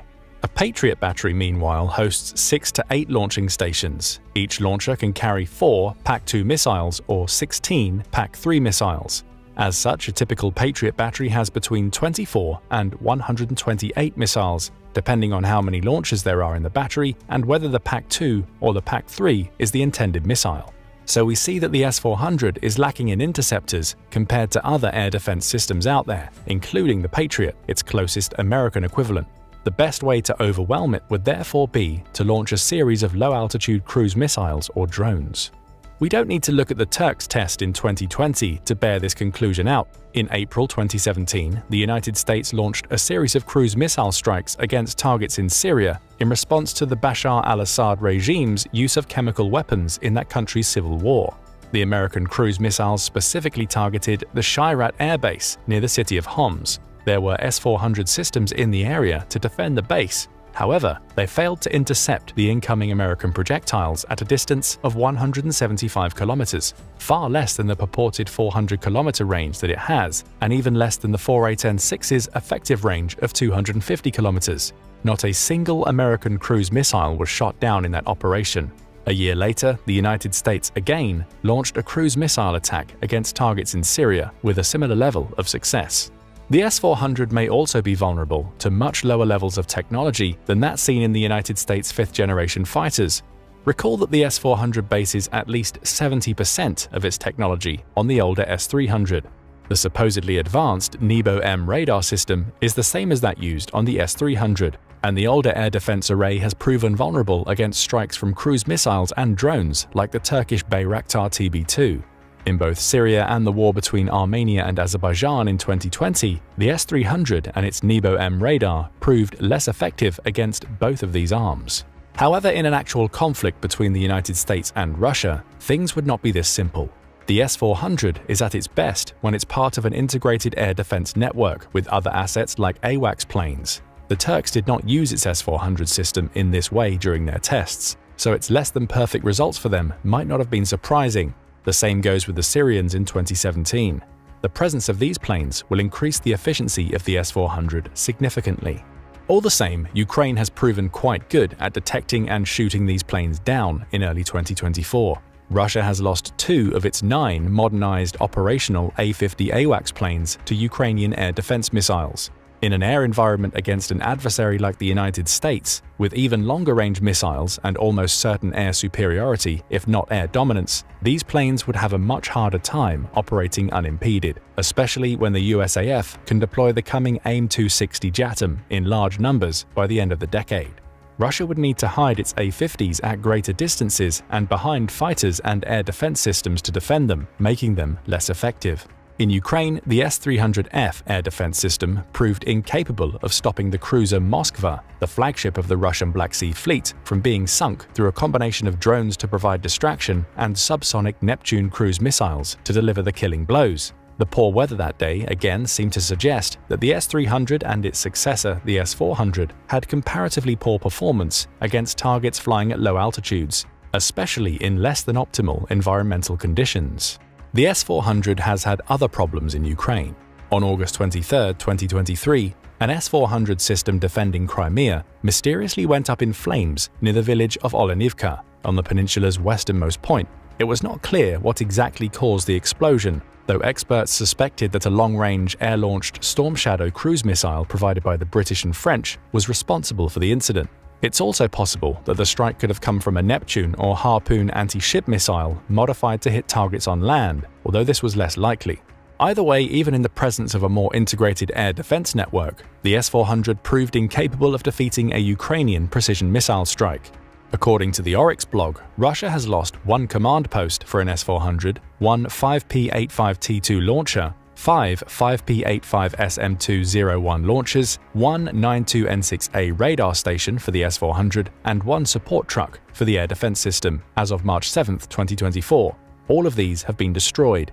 The destruction of the support truck in January 2024 seemed to confirm that Russia had deployed its S-400 system on internationally recognized Ukrainian territory for forward combat operations. Previously, the Russian armed forces had been known only to deploy the S-400 in Crimea within Russian territory and within the borders of Belarus to create a north-south area of coverage over the entire front in Ukraine. Despite its hype as a stealth-killing system, the S-400 likely isn't going to be taking out F-22s and F-35s anytime soon, even if it can detect their presence with its low-frequency radar. The United States' coming 6th-generation fighters, the Air Force's NGAD and Navy's F/A-XX, will almost certainly be even less observable than the 5th-generation fighters, making the S-400's task of defending the skies over Russian positions that much more difficult. The F-35's situational awareness adds another wrinkle to the S-400's prospects in a conflict, as its flying supercomputer attributes enable it to link with other assets in all branches of the United States Armed Forces to create what the brass at the Pentagon calls a kill web. This will be especially pronounced when the F-35 gets its Block 4 upgrades. So, for example, the F-35 might be able to spot an S-400 air defense system, and then, instead of attacking it itself and making it more vulnerable to being counterattacked, it can instead relay the data to a ship offshore that can then in turn send a barrage of cruise missiles against the Russian target, or command drones to attack it in order to cut down on costs. The coming 6th-generation fighters in America's air fleet will improve upon these abilities. All of this is not to say that Russia's S-400 is a poor-quality system, but rather that the claims that it can destroy stealth aircraft just because its low-frequency radar might be able to detect them likely would not stand up to scrutiny in a real-world confrontation. Its comparatively low amount of available ammunition per battery would also be a problem in a full confrontation with the United States and NATO. The S-400 remains capable, but like usual, just not as capable as Russia claims. What do you think about Russia's S-400? Was it worth it for Turkey to acquire in the face of American sanctions? Imagine a high-stakes showdown where the underdog takes on a giant. That's the scene as the Ukraine conflict unfolds, a real-world test of Russia's newest and supposedly most formidable weapons. Experts once feared these advanced armaments would be Ukraine's undoing, expecting them to easily overpower the lesser-equipped Ukrainian forces. But here's where the plot twists. Ukraine isn't the same player it was back in 2014 and 15. It's leveled up thanks to Western weapons and military training, shaking off its old Soviet-era playbook. Meanwhile, Russia's showcase of high-tech weaponry turns out it's even more smoke and mirrors than fire and fury, with many of these new tools either underperforming or not showing up at all. This begs the question, were the skeptics right all along about Russia's overhyped military machine? And when it comes down to it, how does Russia's best gear measure up against the powerhouse arsenal of the United States? Get ready as our military experts dive into the heart of this modern David versus Goliath story. The Russian military has suffered many embarrassments in Ukraine, but the biggest humiliation is the decimation of its tank force. As of the end of February 2024, Russia has lost a visually confirmed 2,758 tanks. Curiously, or not so curiously, the T-14 Armata is not one of them. No T-14 has ever been sent to Ukraine. In contrast, Ukraine has now begun to field the 31 M1A1 Abrams tanks the United States has given it. Although the possibility of the Armata and the Abrams encountering each other on the Ukrainian battlefield seems low, the presence of the American tank raises an interesting question about what would happen if the two tanks did collide. The M1 Abrams has been in service since 1980. The most modern version, the M1A2, has a top speed of 42 miles per hour and a range of 256 miles. Its main weapon is a 120mm XM256 smoothbore gun. The secondary weapons are an M2 Browning 50 caliber machine gun and an M240 7.62mm coaxial machine gun. The main gun can fire a plethora of rounds, including the M829 APF SDST, armor-piercing fin-stabilized discarding sabot, and the M830 Heat MPT, High Explosive Anti-Tank Multi-Purpose Tracer. The latest and greatest Abrams tank, the M1A2 SEPV-3, also fires a new round which can destroy fortifications like bunkers or be set to burst in the air to take out enemy anti-tank guided missile teams 2 kilometers away. The Abrams main gun has a range of about 2.5 miles depending on the round. The Abrams tank has some of the best armor in the world. It's protected with explosive reactive armor that's designed to counteract shaped charges on anti-tank missiles, as well as a layer of depleted uranium. In 2023, the Army began outfitting Abrams tanks with an active protection system called Trophy. This system includes radar antennas that detect incoming anti-tank rockets or missiles. Once detected, Trophy launches interceptors.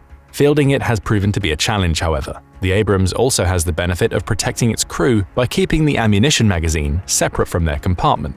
M250 grenade launchers can fire smoke grenades to conceal the tank from incoming fire, adding another layer of protection. The Abrams weight has increased over the years. It began with a weight of 60 tons, but the latest version weighs 73.6 tons because of various improvements added to the tank in the form of its depleted uranium armor, 120mm gun, remote-controlled machine guns, and more. The weight has become concerning enough that the Pentagon has started to worry about it. Defense Department officials fear that the increased weight makes the Abrams difficult to transport to the battlefield and recover if it's damaged. The T-14 Armata, meanwhile, should be a significant improvement over Russia's traditional tanks. Unlike them, it has a protective crew capsule that separates the crew from the magazine, limiting the potential for the catastrophic explosions that have been common in Ukraine. The Armata's armor is a composite modular system made of steel, ceramics, and other materials. The forward part of the tank is covered with explosive reactive armor to defend against anti-tank weapons. The tank's rear comes with bar armor to better protect it against low-level anti-tank weapons like RPGs. The Armata also has an active protection system that defends against incoming anti-tank weapons and has smoke grenade launchers. Additional active and passive armor can be attached to the tank. The tank's silhouetted low design also provides an added measure of protection. The tank weighs about 55 tons thanks to its supposedly more efficient armor. Its engineers supposedly relied on active and passive protection systems to save weight. The T-14's main weapon is a 125mm 2A821M smoothbore gun. In addition to the traditional rounds, the T-14 can also supposedly fire reflex anti-tank missiles from its main gun to a range of 3.1 miles. A new weapon, the 3U-BK-21 Sprinter anti-tank missile with a range of 7 miles, was also planned for the Armata, although it had not yet entered service as of 2021.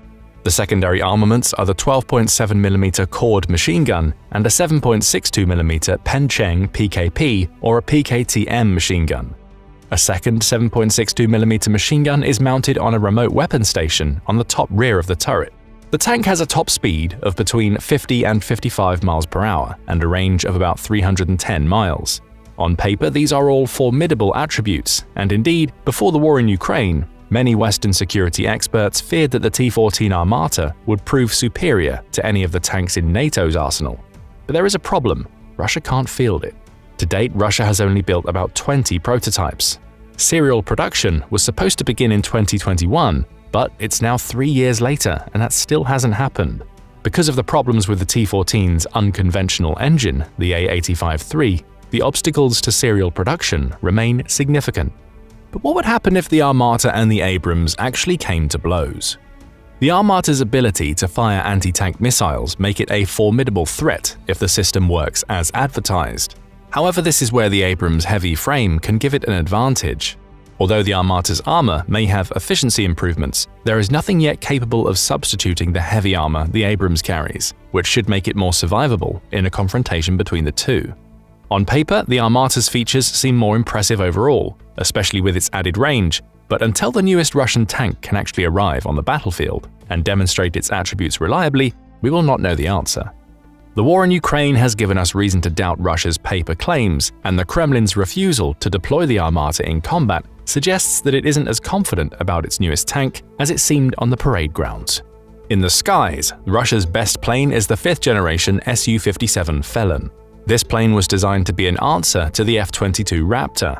But how does it compare to the Raptor and the other 5th-generation plane in the American Air Fleet, the F-35 Lightning II?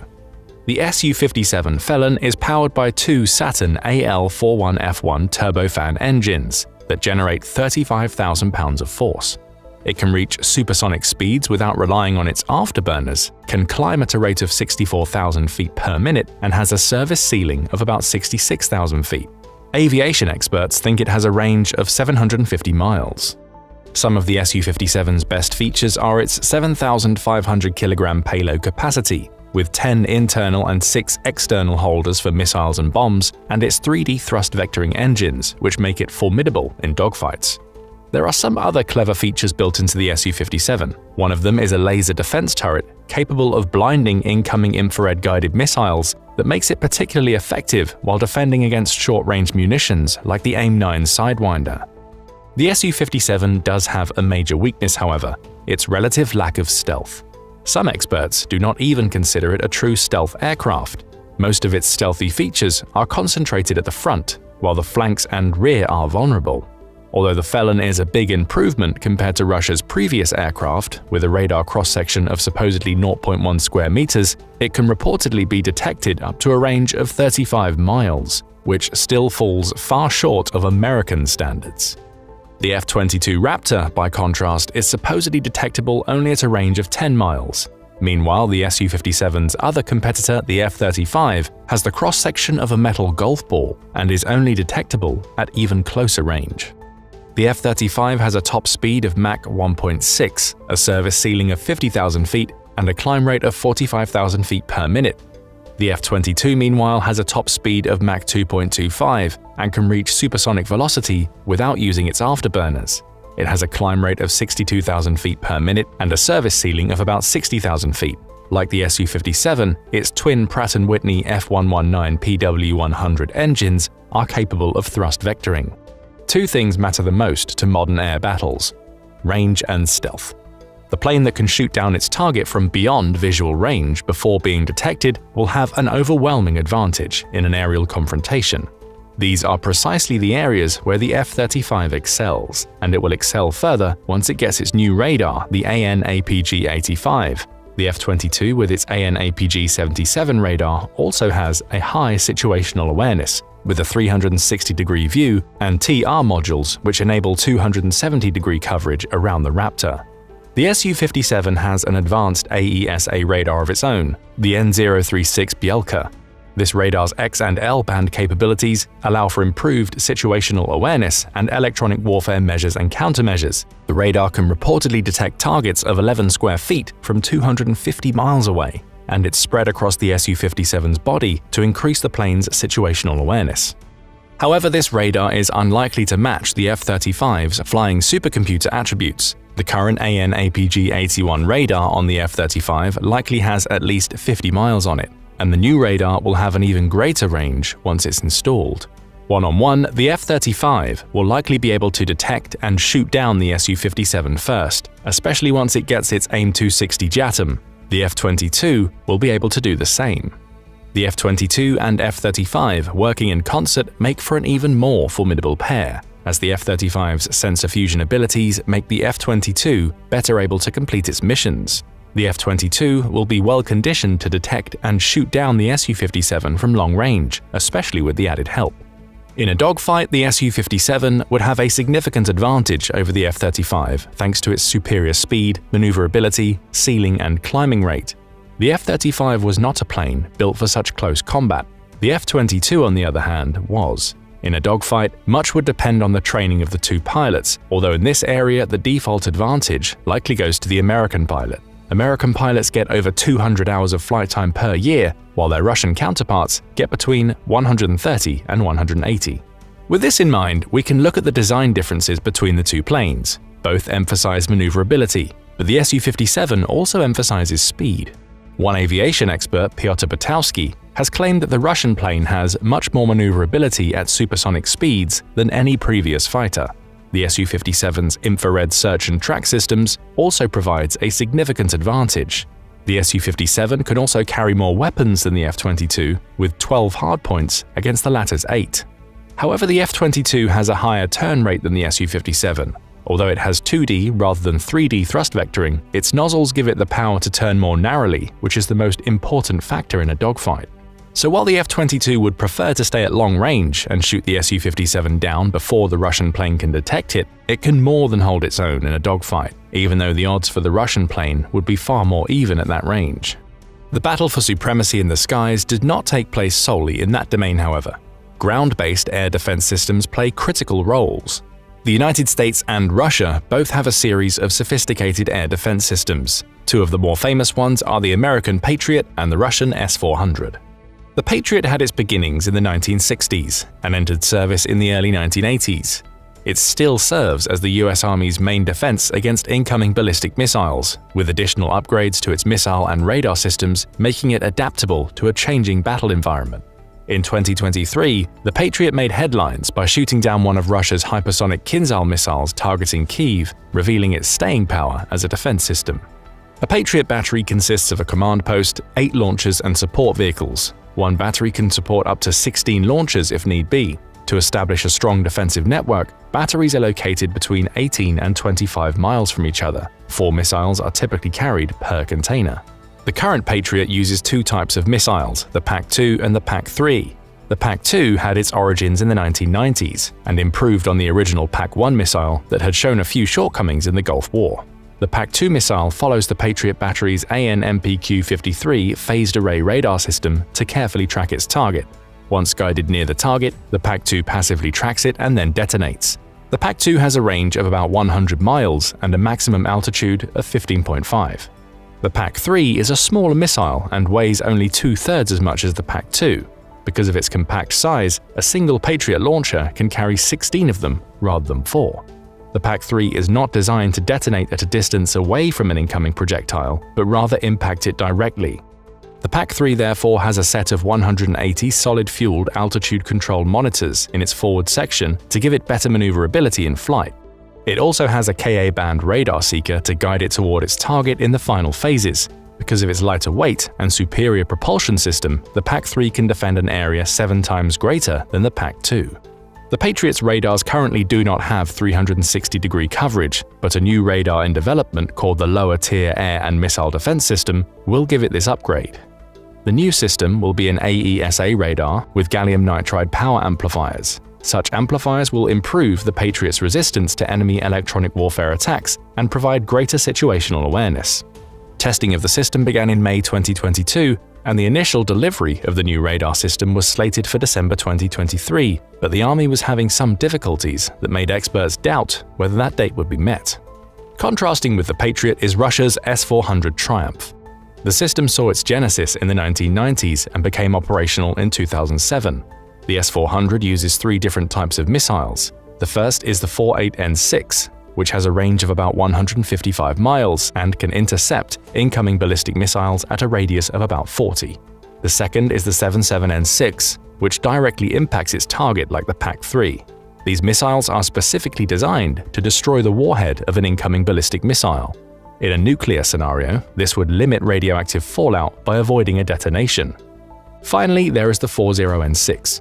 This is a longer-range missile that can extend outward to about 250 miles, although its deployment status is unclear according to the Center for Strategic and International Studies. There are also doubts as to whether the S-400's radar system is capable of making use of the 40N6's range. The S-400 has been a popular export item. China and India have both purchased it. Turkey has also used the S-400, which has proven to be an item of diplomatic tension between it and some of its NATO allies like the United States.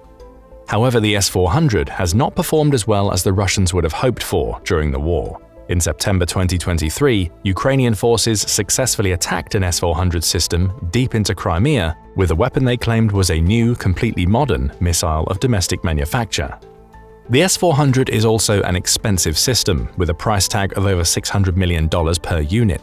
Ukraine's S-360 Neptune subsonic cruise missile, the same arm responsible for destroying the cruiser Moskva and which was suspected of being involved in the attack, is much cheaper. The S-400 in Crimea should have been under the protection of the KBP Tula Pantsir S-12 SA-22 Short-Range Air Defense SHORAD program. The SHORAD system should have been data-linked to the battery's main radar system.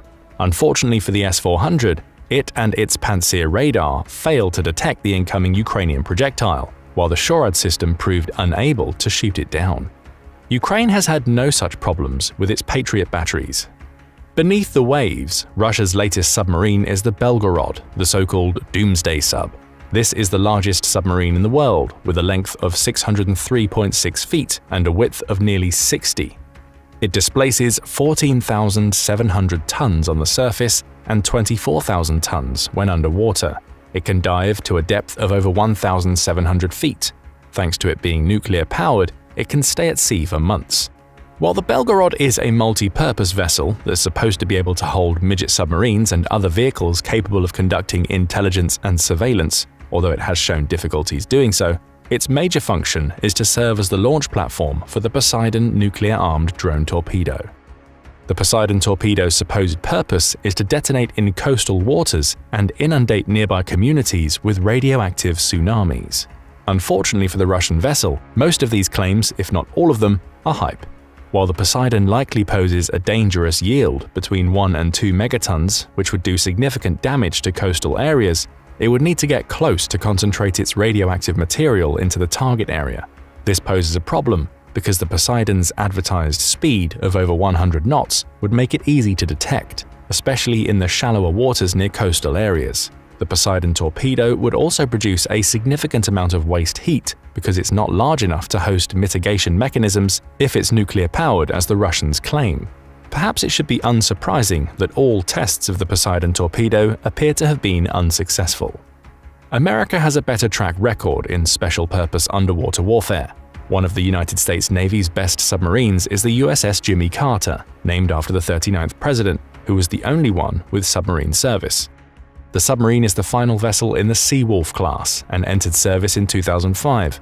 Unlike the Belgorod, the Jimmy Carter is not a nuclear-armed submarine, but is a conventional attack submarine. It is larger than the other two vessels in its class, with a length of about 453 feet. It can dive to a depth of about 1,600 feet and displaces 12,130 tons while surfaced and 9,137 while submerged. What makes it an interesting comparison with the Belgorod is that it's been modified to carry out special missions. Intelligence and surveillance missions are among the things we know about its highly secret deployments. As such, the Jimmy Carter has special thrusters in its fore and aft to keep it stationary if need be. It also has an added hull extension called the multi-mission platform that extended its length to the current 453 feet. The platform enables the Jimmy Carter to host and launch remote-controlled vehicles, special operations craft, and other means to carry out what the Navy calls enhanced warfighting capabilities. Although the Navy naturally keeps the Jimmy Carter's missions highly secret, one of its purported abilities is to tap undersea cables and communication lines. For its armament, the Jimmy Carter carries 8 660mm torpedo tubes, can lay mines, and can launch Tomahawk cruise missiles and Harpoon anti-ship missiles. The Jimmy Carter can hold up to 50 weapons in its torpedo room. Given that the Belgorod remains mostly theoretical, while the Jimmy Carter has proven itself, one can only bet on the latter if one needed to choose between the two. Russian weapons are capable, if not quite as capable as the Kremlin claims. Production difficulties and overhyping remain constant features in the Russian military. In contrast, the United States is mostly silent about its latest and greatest capabilities. Perhaps that silence speaks the loudest. What other weapon systems do you think are worth comparing between the United States and Russia? Once a force to be reckoned with in the global arms trade, Russian weaponry has seen a significant shift. What's behind the decline in Russian arms exports, and who has risen to become the world's second largest arms dealer? And can you guess who's still holding the top position? At the height of the Cold War, one of the major indices of Soviet power was the quantity of arms it exported to the rest of the world. Whether propping up an associate in one of many ongoing proxy wars, bolstering the strength of a member of the Warsaw Pact, or reinforcing the rise of Third World tyrants-to-be, there always seemed to be a willing market for the stockpiles of unused Kalashnikovs, MiGs, and T-62s, crowding the Soviet Union's many surplus depots. When the USSR collapsed in the early 90s, however, Russian arms exports went into sharp decline. Under the leadership of Russian President Vladimir Putin, the country experienced a temporary resurgence in arms sales throughout the 2000s and 2010s. This upward trend coincided with more frequent military interventions outside Russia's borders, especially in places like Georgia in 2008 and Syria in 2015. Smack dab in between these two conflicts, Russian arms exports peaked in 2011, when the country virtually matched American arms exports, rifle for rifle, shell for shell, and tank for tank. It did $8 billion worth of deliveries to 35 different countries in that 1 year alone. For a moment, it looked like Putin really was recapturing the type of geopolitical influence enjoyed by his Soviet forebears. Then in 2014, Putin invaded Ukraine and, well, things started to fall apart. Over the past decade, Russia has witnessed a precipitous decline in arms exports, which by some estimates has contracted as much as 70%. Some analysts call the waning profits and the subsequent loss of prestige one of the many casualties of Russia's war in Ukraine. If the war in Ukraine is partially to blame, it doesn't look like things are going to change anytime soon. Russia can ill afford to export arms to eager buyers around the world if it can barely keep up its own staggering vehicle and equipment losses in Ukraine.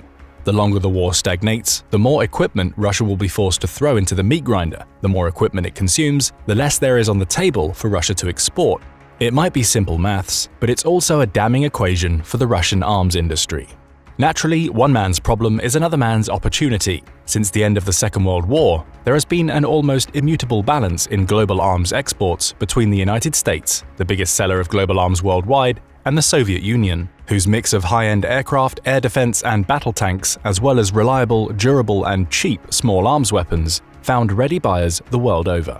Now that Russia's declining arms exports have left a vacuum in the marketplace, other arms sellers are eager to fill the void. In fact, in 2021 and 22, Russia was finally surpassed by another nation as the second largest arms dealer on planet Earth. Just who that is might surprise you. Today, let's explore what effect the collapse of the Russian arms industry might have on its near and long-term geopolitical and economic prospects, and what Russia's performance in Ukraine might mean for prospective buyers around the globe. It's a demonstrable and somewhat jarring fact that today, the once vaunted Russian military, with its endless reserves of military materiel, is now more dependent on arms sales to China and India than any time since 2003, but at much smaller export volumes, and with both India and China continuing to develop their own import-competing arms industries. After the collapse of the Soviet Union, the economic outlook in Russia looked pretty bleak. Russia had one ace up its sleeve, however. China was experiencing stupendous growth, and as it had during the Cold War, relied heavily on Russian arms sales to sharpen the sword of its growing military, until its own GDP, industry, and global industry had reached rough parity with the United States. Between 1990 and 1999, Russia reinvigorated its status itself as a major arms seller on the global stage, with a torrent of cheap equipment sales to China and its rapidly growing neighbor India. Military experts have argued that while Russia's arms deals never amounted to more than a small portion of Russia's annual trade exports, between 2 to 5% overall, it has relied on weapon sales as a metric of soft power, a way to build patronage networks and advance its economic and strategic objectives around the globe. This worked with former Soviet states and power-hungry dictators and revisionist rogue leaders like Syria's Bashar al-Assad and Venezuela's Hugo Chavez, but it also worked especially well with Chinese and Indian leaders who could afford to infuse their military power with the more expensive systems Russia had on offer. There's a reason why the strength of Russia's arms exports have almost become synonymous with the strength of its global military partnerships and alliances. Once you buy a high-tech weapon system from another nation, you essentially lock yourself into a dependability cycle for the long haul. Former US Assistant Secretary of State Andrew Shapiro likened this binding process to the act of buying a modern smartphone. When someone buys a smartphone, they're not simply buying a piece of hardware. They are buying a system that includes the operating system, the system's software for email, photos, and music, as well as access to many other available applications.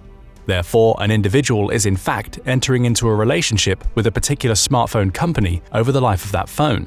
Similarly, when a country buys a fighter jet or other advanced defense systems from a foreign company, they are not just getting the hardware. They are buying a larger system, one that will need to be updated and repaired throughout its lifespan, which in the case of a fighter jet can be as long as 40 years. This means that in purchasing the hardware, the buyer is actually committing to a broader, long-term relationship with the United States. This helps explain why it's been so hard for certain countries to denounce Russia over the past 2 years, despite the illegality of its invasion of Ukraine, Just look at India, whose military stocks are 70 to 80% composed of Russian-made equipment. When a nation becomes majorly dependent on foreign arms exports, it becomes exponentially harder to alter the course without severely impairing one's own defense capabilities in the short term. It costs a lot of money too. Historically at least, inasmuch as Russia's military could demonstrate its effectiveness on the global stage, it could convince buyers and buyers-to-be that their equipment was worth purchasing. Since its botched invasion of Afghanistan, a spate of successful, smaller-scale interventions effectively filled this role, building global confidence in the reliability and utility of Russian weapons systems. Then in 2014, things started to change. Russia informally invaded Ukraine after the Maidan protests, inviting economic sanctions from the West as well as geopolitical pressure on Third World countries to no longer purchase Russian arms. Between 2013 and 2017, Russia enjoyed a share of between a quarter and a fifth of global arms exports and more than 35 customers worldwide. Between 2018 and 2022, that number contracted by one-third, leaving Russia with just 16% of global arms exports and a mere 12 customers. Fast forward to Putin's special military operation, and Russian arms sales reached their nadir. He simply could not afford to sell the systems he soon realized he would need to maintain Russia's stranglehold on what it conquered after February 2022. That year, Russia managed $2.82 billion in arms sales, a paltry sum compared to the nearly $8 billion it was selling a decade prior. Today, France, of all countries, has stepped into the void and has surpassed Russia as the world's second-largest arms exporter, with China taking the bronze in third place. The invasion of Ukraine has cruelly exposed the quality of high-grade and cheap Russian weapon systems alike, like a store's customers passing on discounted bargain bin goods because they can clearly see the product's defects. Russian customers were undoubtedly disturbed by not only the inefficient organization and employment of Russian weapons systems in Ukraine, but the exposure of glaring technical defects and design flaws that resulted in so many tank turrets being hurled into orbit. Russia had to temporarily replace armored losses with new, old-stock BTR-80s, BMP-1s and 2s, and those archaic T-62s themselves, 10 years older than the first Ford Mustang. The fact that Russia's long-anticipated Armata, Boomerang, and Kurganets fighting vehicles have also failed to make an appearance on the battlefields of Ukraine is equally worrying, as it reveals broader industrial bottlenecks that reflect poorly on Russia's ability to deliver what it promises over the long term. Back in 2015, Russia said there would be 1,000 T-14 Armatas in service by 2025. By 2024, that means there should at least be some T-14s in service, right? Yet today, there is still no production line for the Armata, and few, if any, are in the Russian ground forces service. Videos of Russian soldiers complaining of badly rusted rifles, poorly maintained artillery shells, and unserviceable logistics vehicles have also been aired on Telegram and other social media platforms since the conflict began, speaking to the dilapidated state of Russian war materiel.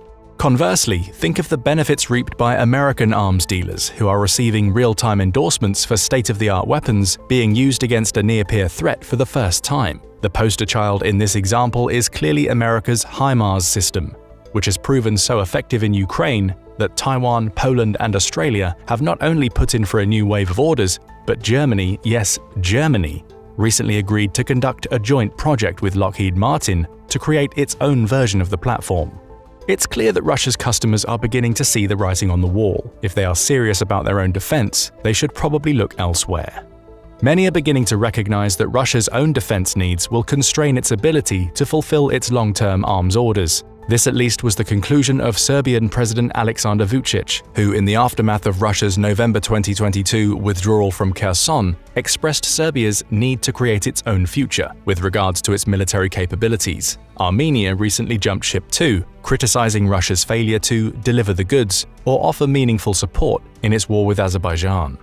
So, when you account for the decreasing dependence of India and China on Russian arms exports over the past decade, the destabilizing nature of events like the COVID-19 pandemic, and the poor showing of Russian weapons systems in the ongoing war in Ukraine, you can see why Russian arms exports have taken such a big hit. Today, Russia has an intractable problem. Though it still has plenty of Soviet surplus left over from the Cold War, its foreign customers are increasingly aware of Russia's inability to maintain these aging systems or prevent their descent into obsolescence.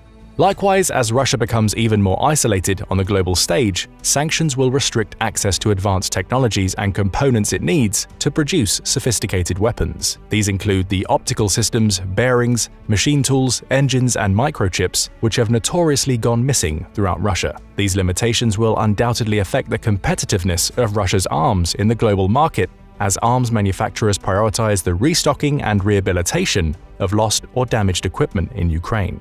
There have, for instance, been reports in the Russian media that certain arms manufacturers failed to deliver artillery systems for Vietnam or aircraft for Algeria on time. According to a recent CSIS study, in a radical turn of events, Russia has now begun to try to purchase back much-needed military components and technology from countries such as India and Myanmar. Russian tank manufacturers in late 2022 were importing $24 million worth of components simply to cope with requests to modernize telescopic sights and cameras on old models pulled from storage. The more these cases compound, the more Russia's traditional customers will be forced to diversify their suppliers. Vietnam, who has started courting other American, European, and Asian nations to source its military hardware, is one good example. The passage of the 2017 CAATSA Act by the US Congress in the aftermath of Russia's 2014 annexation of Crimea has also contributed to the decline in Russian arms sales. The act imposed secondary sanctions on countries who engage in significant transactions with Russia's defense sector. Reinvigorated after the 2022 invasion, CAATSA has disincentivized many recent customers from making Russian weapon orders, adding to the woes of Russia's defense industry. Here's the hard data. As of late 2023, Turkey had a deal in place to buy a series of S-400 SAM systems that has since been put on hold. A deal for 16 Mi-17 helicopters made by the Philippines has since been cancelled. Russia did not make a single delivery to Egypt in 2022.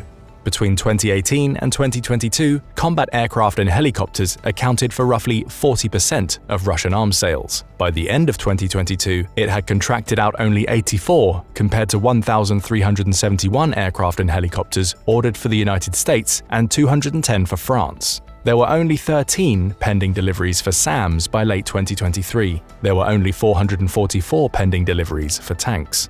Serbia cancelled its order of 2 Ka-32 helicopters owing to Western sanctions and war-related shortages. In 2022, Russia lost the markets of Greece, Cyprus, Finland, and a series of countries in Central and Eastern Europe, despite their historical reliance on Soviet and Russian-style systems and repair services. It's customary for nations at war to invest heavily in R&D, refine and improve existing weapon systems, and thus gain an edge over the enemy. Russia's declining arms export profits will severely limit its defense industry's long-term ability to innovate.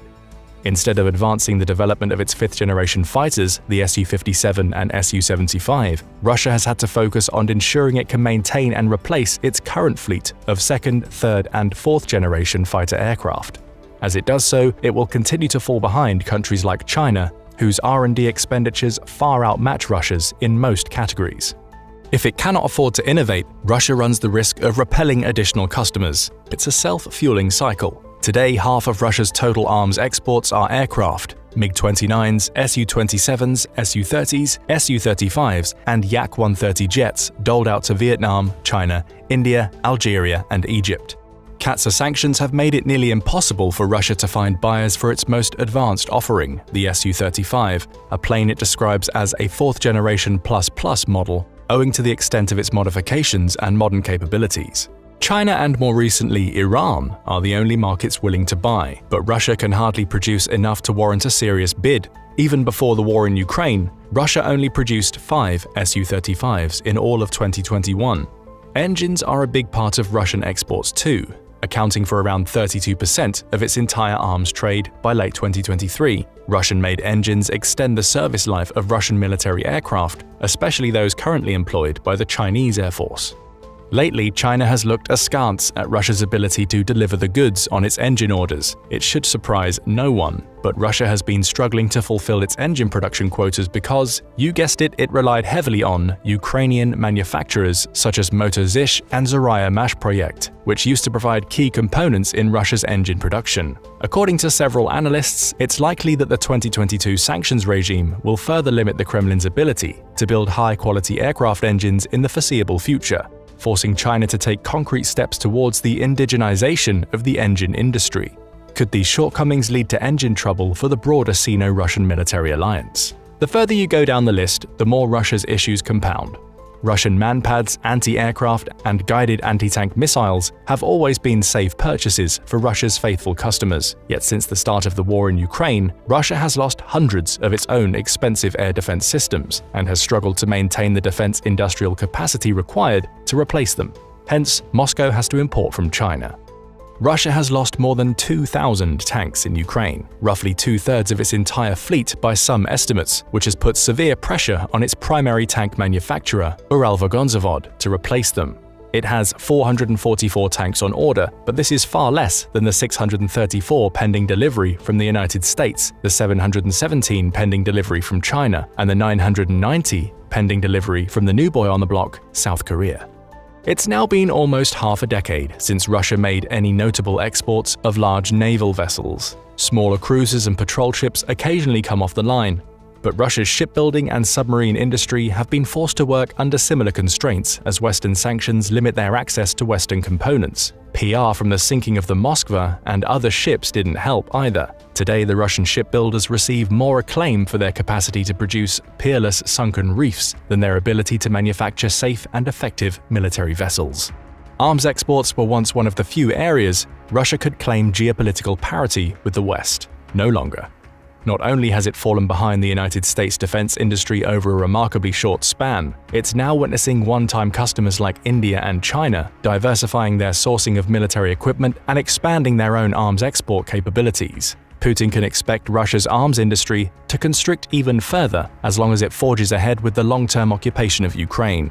Back in May 2022, Ukrainian officials in Kyiv came up with an ingenious idea. They would take the hulks of burned-out Russian tanks, artillery, anti-aircraft, and infantry fighting vehicles and put on a sort of public exhibition in Mikhailivska Square. In August, an even larger exhibition was held on Kyiv's central Khreshchatyk Street. This time a display of more than 80 destroyed and captured tanks, howitzers, rocket artillery, and other systems. The destroyed equipment not only served as an important symbol of Ukrainian resistance in the early days of the invasion, it also reflected Ukraine's brilliant use of information warfare. For as we now know, the exhibition was not only a referendum of Russia's ineffective military, but a warning to potential purveyors of its once respected offerings. Buyer beware. So what do you think? Will Putin eventually be able to bounce back when it comes to arms trade? What strategies do you think he will try to employ to revitalize Russia's arms export industry and regain its former prominence? Russia's Su-57, Putin's first stealth fighter in service since December 2022, has been through a rollercoaster of development woes and skepticism. Yet despite its impressive tech, doubts remain about its true capabilities, especially its stealthiness. So what's the deal with its long road to completion, and can it really slip under the radar like it claims? Let's dive in. Tom Cruise is no stranger to impossible missions. For several decades, perhaps with a bit of assistance from the Hollywood special effects department, he has been fighting bad guys in fast-moving action sequences on sea, land, and in the air. In 1986, in the film Top Gun, he piloted a state-of-the-art, fourth-generation US F-14 Tomcat against fictional Russian MiG-28s. In 2022, he returned to the cockpit of the by-now out-of-date F-14 to dogfight against fifth-generation advanced Russian fighters. Cruise, in the guise of ace fighter pilot Pete Mitchell, manages to shoot down two enemy aircraft. He downs one of them the old-fashioned way, with a burst of cannon fire. Another member of his squadron manages to account for another one. In this second version of the film Top Gun, the plane the movie directors chose to represent the bad guys was a real aircraft, the Russian Su-57 single-seat multi-role stealth fighter. Since its original maiden flight back in 2010, this is a plane so rarely seen in the skies that it might almost be a fictional aircraft. Ironically, if Maverick and his buddies had shot down 3 Su-57s in real life, that would have probably accounted for the entire Russian serviceable fleet of stealth fighters. Joking aside, Russia's Su-57 fighter is Russia's first attempt to join a very exclusive club of nations, those that can boast a stealth fighter within their air force. Information is always a little bit hazy around Russian military equipment. We think the Su-57 officially became operational in December 2020. Until then, it was only China and the United States that had stealth fighters. The Su-57 has had a painful and protracted birthing process that has spanned decades, cost billions of rubles, and seen 2 of the aircraft written off in accidents before it was operational. It may have been used in combat against Ukraine in the last couple of years, but we only have the claims of the Kremlin and little in the way of independent confirmation. But the Su-57 certainly seems to be a high-tech and capable aircraft, and Western analysts have been taking a keen interest in its development. So why has it taken so long to develop? And is it any good? And perhaps more to the point, is it stealthy? Before we get to that, let's start with what seemed to be a promising origin story. Founded by Pavel Sukhoi in 1939, the Sukhoi Design Bureau has developed a long and proud tradition of producing combat aircraft in the service of first the Soviet Union and then Russia. Sukhoi produced fighter and ground attack aircraft during the Second World War. From 1945 onwards, the company embraced the new challenges in technologies offered by the arrival of the jet engine, producing fighters, bombers, and reconnaissance aircraft. Sukhoi also branched out into civilian aircraft. In 2006, the Russian government merged several aircraft companies into the United Aircraft Corporation. Sukhoi was part of this merger, alongside Mikoyan, Tupolev, Ilyushin, and several other legendary Russian aircraft designers and manufacturers. And thus the development of the Su-57 began. Here's how it went down. Almost as soon as a new piece of high-technology military equipment comes into service, designers and planners are already looking ahead and thinking about its replacement. In the 1980s, the Soviet Union was looking ahead for the next generation of combat aircraft to provide the fighters of the 1990s and beyond. The concept was to have an aircraft capable of a range of tasks, able to attack targets in the air, on the land, and at sea. Experimental projects were initiated, and some fell by the wayside amid cost increases and program delays. One fighter prototype only took to the air in 2000 and was, at that point, 9 years behind schedule.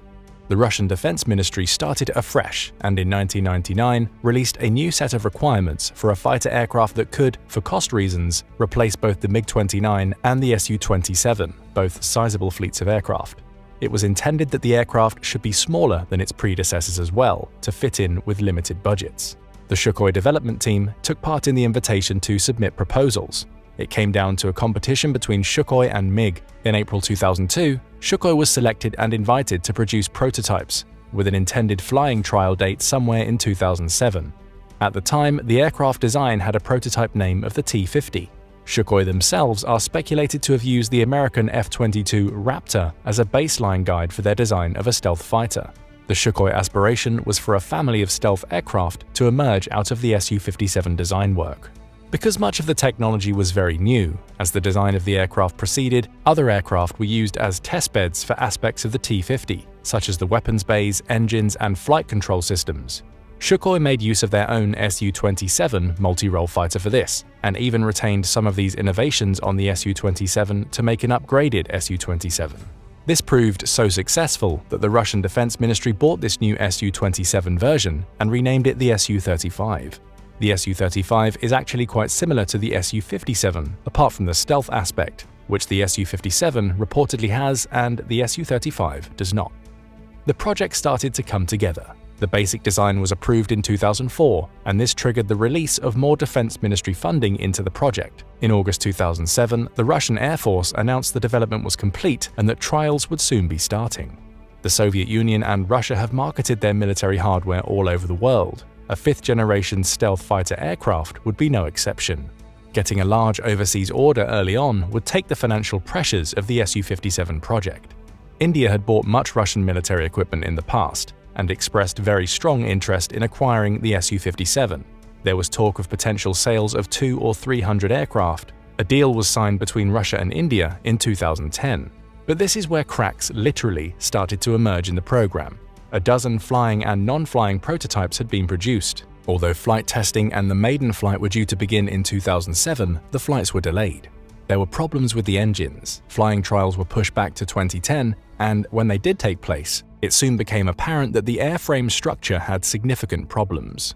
Stress cracks were appearing after only a few flights. The Sukhoi designers scrambled to find solutions and had to implement some major design adjustments in order to reinforce the basic aircraft structure. In June 2014, one of the prototypes caught fire just after landing. Although the pilot escaped unharmed, the aircraft was written off. Some of the parts and components were cannibalized for use with the other prototypes. The original plan had been to start delivering production versions of the Su-57 from 2015. This clearly was not going to happen. The delivery date slipped to 2020. During these unforeseen difficulties, the Russian government began to reassess and reduce its purchasing plans for the aircraft. The Russian Defense Ministry would buy 52 Su-57s by 2020 and then another 150 by 2025. But the program remained troubled, as purchasing plans and delivery dates all fluctuated. After Russia's illegal annexation of Crimea from Ukraine in 2014 and the subsequent low-intensity conflict in eastern Ukraine fought by Russian-backed separatists and covert Russian forces, international sanctions began to impact on Russian finances. The Russian defense industry relied on importing high-tech Western electronics and other equipment.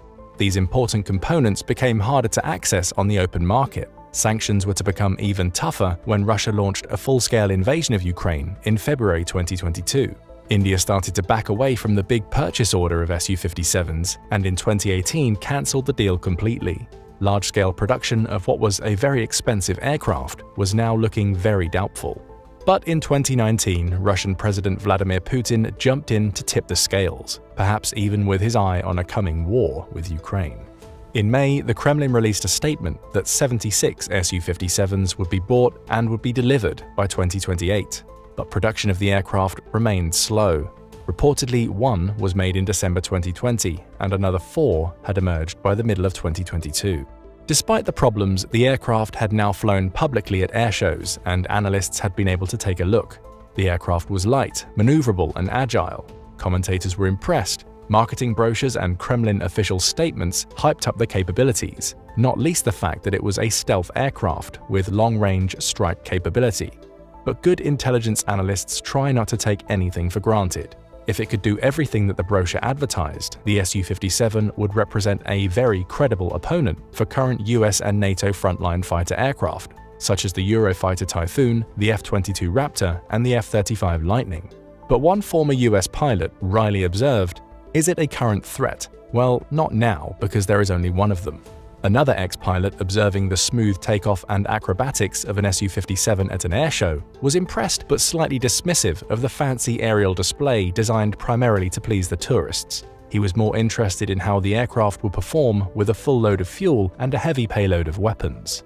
Despite Putin's apparent faith in the aircraft, on December 24, 2019, the first official production-grade aircraft crashed while being delivered to an airbase. The pilot ejected and survived. The cause is unclear, but is believed to have been some form of control system malfunction.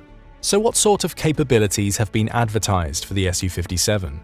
The aircraft stats look impressive, reporting a speed of Mach 2 to 2.1 and a ceiling of 20,000 meters. A high fuel carrying capacity appears to give it a much longer range, 1,500 kilometers, just under 1,000 miles, than its Su-27 counterpart. It also has the option to fit an extendable refueling probe to further increase the range. Later production models are intended to receive a newly designed engine, the Isdalai 30, to deliver more power and performance. The Su-57 is capable of supercruise, maintaining flight speeds beyond Mach 1 without having to use high-fuel expensive afterburners. The Su-57 has 6 radars to enhance pilot situational awareness. The N036 Bielka radar has a range of 400 kilometers. The F-16, about to be received by Ukraine, only has a range of 300 kilometers. It can carry many different permutations of weapon types, missiles, cruise missiles, and bombs, enabling it to strike at ground, sea, and air targets. A GSH 30mm automatic cannon provides a small anti-air or air-to-ground attack capability. Apparently, hypersonic missiles are being designed with the Su-57 in mind. The infrared search and tracking system can handle multiple targets. But let's spend a little bit of time thinking about the main selling point for the Su-57, its stealth capability. Inevitably, these specialist skills are closely guarded state secrets, but we can make a few observations. A stealth aircraft is simply an aircraft that has been designed to make it harder for radar to hit the aircraft and bounce back to the radar receiver and produce a ping or a blip on the radar screen. This can be achieved with several careful shaping features to the plane's outline. The Su-57 aircraft has incorporated many measures indicative of stealth capability. The wing and control surfaces are carefully shaped and angled. For stealth missions, the weapons are carried in 4 internal weapons bays, rather than hanging off the outside of the aircraft, which would make the aircraft more radar visible. Large parts of the aircraft surface are treated with radar-absorbing material, RAM. A key search and track sensor faces backwards when not in use, with the forward edge treated with RAM. The pilot canopy has been prepared with a metal oxide coating to reduce the radar profile. Extra care has been paid to every aspect of the assembly of the aircraft. Every rivet has to be flush with the fuselage or otherwise concealed. When assessing an aircraft's stealth capability, the experts talk of a radar cross-section. They mean what aircraft profile is visible to a radar system. By one estimate, the Su-57's radar cross-section, or RCS, is 30 times smaller than that of the Su-27. But some Western analysts suggest that although the frontal radar cross-section may be reasonably effective, the profile from the rear looks to be less well concealed. This would mean that it's probably harder to pick up on the radar if it's coming straight at you, but it might be more visible from the side or the rear. A crucial selling point for military hardware is whether you can point to a credible track record of military success. The Su-57 does not have this. Or does it? It's actually quite difficult to give a definitive answer. The Russian Defense Ministry has claimed that the Su-57 has been used in action in Syria and in Ukraine. This is hard to verify, but let's take a look at what we do know. Our journey begins in Syria. In late February of 2018, 2 Su-57s reportedly landed at the Khmeimim military airbase on Syria's Mediterranean coastline. Khmeimim is directly adjacent to the Bashar al-Assad International Airport and, since 2015, has been effectively handed over to the Russians as part of their military operation in support of the Assad regime. It's well defended by Russian military personnel and air defense systems, and is a key logistics and accommodation node for Russian forces. The base has come under attack from shelling and drones in 2018. The Su-57s came accompanied by other aircraft, including Su-25s and 35s. Depending on the route taken, this could have been a flight of 1,000 kilometers or so, providing a good flight trial in its own right. It's possible that another couple of Su-57s also arrived at Khmeimim a few days later. What the Su-57s did there is unclear. It may simply have been a public relations exercise to demonstrate Russian capabilities and global reach. The aircraft were only there for a few days. After they departed, the Russian government made reference in March to Su-57 combat trials in Syria and claimed on 25th of May that an Su-57 had fired a cruise missile in combat. Later that year, the Russian Defense Ministry released footage of the Su-57s in flight and stated that 10 flights had taken place. It seems highly likely that the Su-57s dipped their toes into the Syrian conflict, but overall, this looks more like a PR stunt than a serious military deployment. Okay, but what about Ukraine? Russian claims that the Su-57 has been active during the invasion of Ukraine have been more persistent, but equally difficult to prove. Although it might seem a bit of a no-brainer that the Russian military would want to use their best aircraft in a large-scale war on their border, using the Su-57 over Ukraine would be fraught with military and reputational dangers.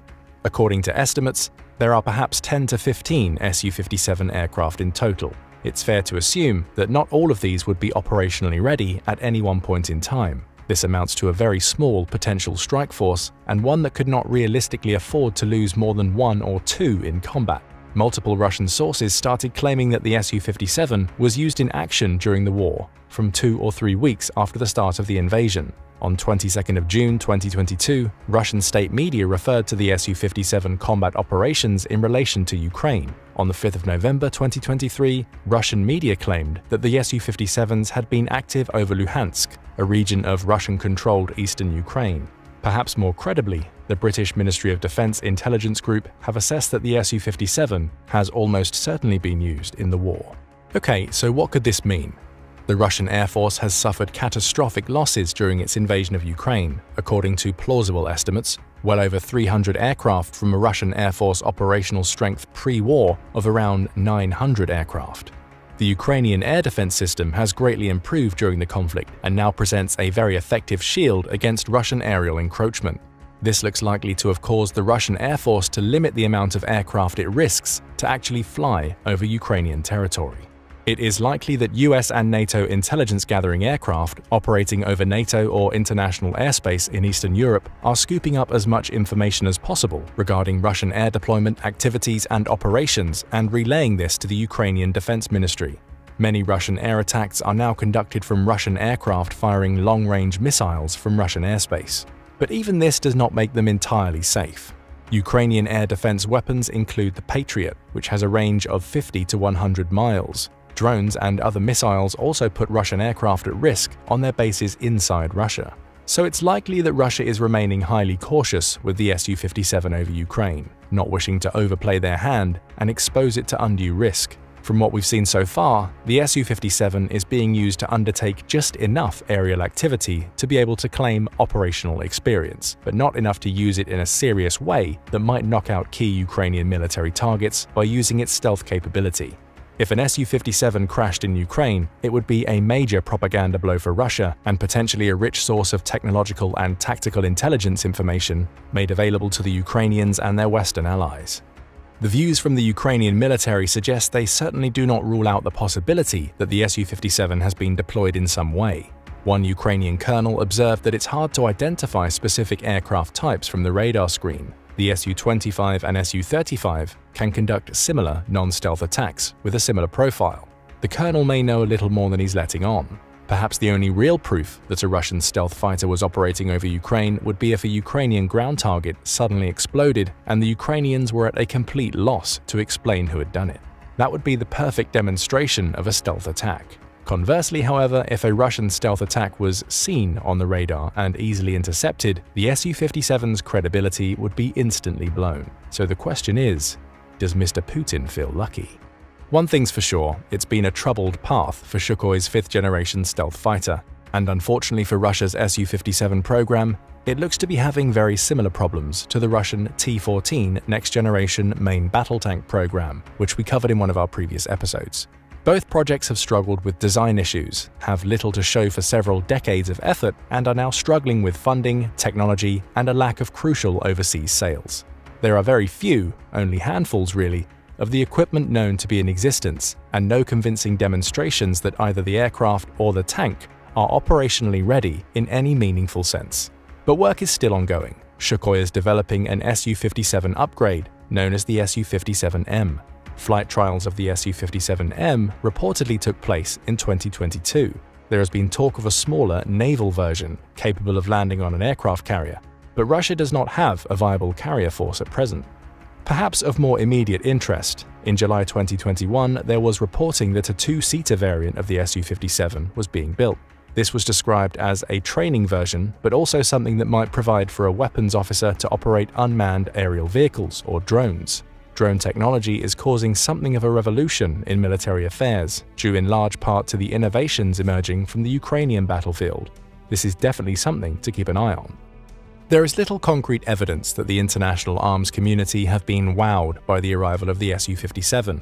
Although international sanctions are unlikely to shut down the Su-57 program, lack of critical technology, funds, and buyers will likely continue to restrict the forward progress of the Su-57 project. Potential sales opportunities still look limited. Brazil dropped out in 2013, preferring to buy the Swedish Gripen and build it in Brazilian factories. India cancelled its deal with Russia over 5 years ago and is looking to build its own homegrown stealth fighter. Turkey was briefly interested. In 2019, an Su-57 turned up at a Turkish technology display in Istanbul, but announced in early 2020 that it too was now planning to build a homegrown stealth fighter. Algeria may receive some in a few years' time, and Iraq has expressed interest, but they will probably be watching Ukraine closely for evidence of the much-promoted stealth capability. But not all technological innovations leap straight from the drawing board and into a fully functioning and successful piece of equipment. We suggest that it would be too simplistic to write off the Su-57. It is a light, powerful, and agile aircraft with significant capabilities beyond other current Russian combat aircraft. And some of the new design and technological features that emerged from Sukhoi's extensive development efforts seem to have cascaded down to the benefit of other Russian fighter systems. So perhaps we need to wait and see what happens later this year. F-16 fighters have been offered to the Ukrainian Air Force by Denmark and Norway. These will replace the aging Ukrainian MiG-29 and Su-27 fighters. Ukrainian pilots are already being trained on F-16s, and we may well see them take to the skies over Ukraine even as soon as this summer. But what do you think? Is it possible the Russian Air Force is holding back its small Su-57 fleet in anticipation of a conflict with American aircraft technology? This would suddenly take us beyond a Hollywood movie and into a real contest between American 4th-generation aircraft and Russian 5th generation. Is this likely to happen?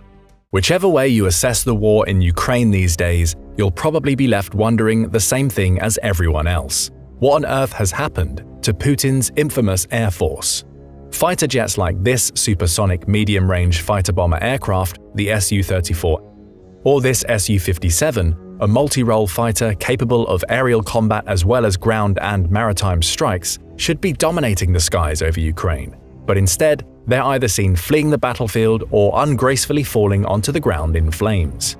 Try as they might, Russian combat aviators have failed to establish any kind of air superiority over the battlefield thus far. Today, we'll take a look at a few reasons why, starting with something called manpads. Don't be fooled by the name, these things have Putin's aircraft retreating left and right, and a quick dive into one of the most revolutionary periods in the history of military air power, the Jet Age. The coming of the Jet Age in the late 1940s ushered in profound changes in the field of aeronautics. Jets could fly faster, climb higher, and travel farther than their piston-powered predecessors, feats that would forever transform the commercial aviation industry. They would have major implications for military air power too. Jet propulsion was supposed to make air power king. If you could outrun the enemy in the skies, you could theoretically enjoy unfettered air superiority over the battlefield. At least that was the idea. Sound-shattering increases in aircraft speeds motivated designers to swap traditional guns for air-to-air missiles, their only hope of ever shooting a supersonic jet out of the sky. Missiles not only remain the preferred weapon for air-to-air combat, but revolutionize the very nature of air defense itself. Today, air defenses rely almost exclusively on surface-to-air missile systems, or SAMs, to prevent hostile air attacks.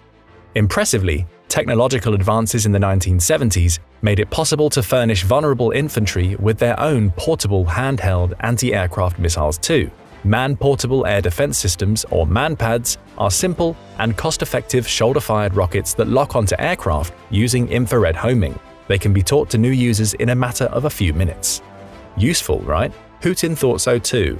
Knowing Russia's numerically superior air force would play a central role in the opening phases of its invasion of Ukraine back in February of 2022, Western nations rushed thousands of manpads into Ukrainian hands to shore up their air defenses. These included American Stinger missiles, surplus Soviet eyeglass, and British laser-guided high-velocity Starstreak systems. The gamble paid off. Cheap manpads made it much harder for Russia's air force to establish aerial supremacy, imposing steep, asymmetrical costs on Russian pilots who could no longer safely approach priority targets in Ukrainian airspace. For the price of one $60,000 to $80,000 Igla, Ukrainian soldiers can down a $36 million Su-34 bomber or an $85 million Sukhoi Su-35S fighter. That's real bang for your buck. This has had real repercussions all over the battlefield. Modern combined arms warfare hinges on effective cooperation between all service branches – air, armor, artillery, and infantry. Because Russia has thus far been unable to provide active, continuous air cover for its ground units, tanks, logistic convoys, artillery, and infantry have been repeatedly caught out in the open and destroyed over the course of the war. A spectacle played out almost daily in combat footage littering social media for the entire world to see. Here's the bad news though. Despite Putin's failure to establish air dominance in Ukraine, this does not mean that Russian aircraft are not present over the battlefield or that Ukraine enjoys its own air superiority. Far from it. In a recent interview, Ukrainian troops on the front lines around Bakhmut told reporters that Russian aircraft still fly over the battlefield almost every day, sometimes a few times each day, but manpads have drastically reduced the extent to which they can linger over their targets. Here's how it usually goes down. Most overflights last only a few seconds. Fighter bombers flying in pairs or groups of 4 ingress to a target area at low altitude, maybe 50 meters or less, and then lob rockets and bank left or right and return back to base. Rather than hover over the front, far slower helicopters tend to operate similarly as airborne artillery platforms, approaching the contact line, firing their salvos of unguided rockets, and departing as quickly as possible. This has made it even harder for Ukrainian infantry to shoot down Russian aircraft. Constant vigilance is required since little warning is given. One soldier provided insight into the process. When the infantry shouts "incoming" and hides in the trenches, you have to run out and try to find the enemy's plane or aircraft. It doesn't matter if the enemy is shelling you or if it's calm. Your response has to be highly focused, and you have to have perfect sight and hearing to find a target at a distance of 3 to 5 kilometers. From the moment you've heard the sound, you literally have 3 to 5 seconds to run up and throw the manpads on your shoulder. Since timing is everything, concealed Ukrainians tend to target slower Su-20 fighter bombers and helicopters like the Mi-8, hefting an 18-kilogram Eigler onto your shoulder while sprinting out to the open and get a lock while the target zips overhead, then launching the missile knowing you're in mortal danger all within a span of 15 seconds or less. Can you imagine how difficult that must be? The decentralization of air defense made possible by manpads like the Stinger has helped limit the effectiveness of Russian air power, but it hasn't blunted it altogether. According to former Staff Sergeant and Green Beret David Bramlett, a combat veteran who recently spent 11 months fighting the Russians in Ukraine, Russia could still turn things around if Western support wavers. Let's hope that doesn't happen, but even if it does, there's a chance Putin will take care of his air army's downfall all by himself. You see, lucky for Ukraine, Russia also has its own incompetence to thank in part for its lack of air superiority. Recently, accidents have taken their toll on Russian aircraft, with 6 crashes alone registered over the span of 2 months in late 2022. In September, a Russian Air Force Su-25 attack aircraft crashed just after takeoff after entering a left turn. Experts believe the crash was likely due to a technical fault or a pilot error. The pilot did not eject. A month later, an Su-25 fighter bomber careened into the courtyard of an apartment building in Yeysk, a western port on the Sea of Azov, during a training flight after its pilot ejected. The devastating crash injured 25 and killed at least 15 civilians, 3 of them children. According to Russian state media, the accident was caused by an engine fire sustained during takeoff. Just a week later, another Su-30 fighter entered a vertical dive and smashed into a 2-story residential home in Siberia, killing its 2 pilots in a fiery explosion. It was the second such fatal incident in 6 days involving a Sukhoi fighter plane. No civilians were killed. But the crashes don't end there, and they are happening on a wider scale than you may know. The avalanche of accidents reflects the toll the war has had on Russian aviation writ large. Reflecting on the aerial crashes, Michael Bonnet, an engineer and analyst at RAND Corporation, noted that what's interesting is that even aircraft not involved in the Russian invasion are crashing. In an interview with Business Insider, he said that while mechanical failures are expected in aircraft over time, a rapid increase in fleet-wide mechanical failures may indicate that something fundamental has changed. So what has changed? The war has placed immeasurable strain on Russian aviation. Colossal losses contributed to Russia's tendency to adopt more risk-averse tactics, playing a subordinate role to Russia's ground troops, according to Guy Plopsky, an Israeli defense analyst and Russian expert.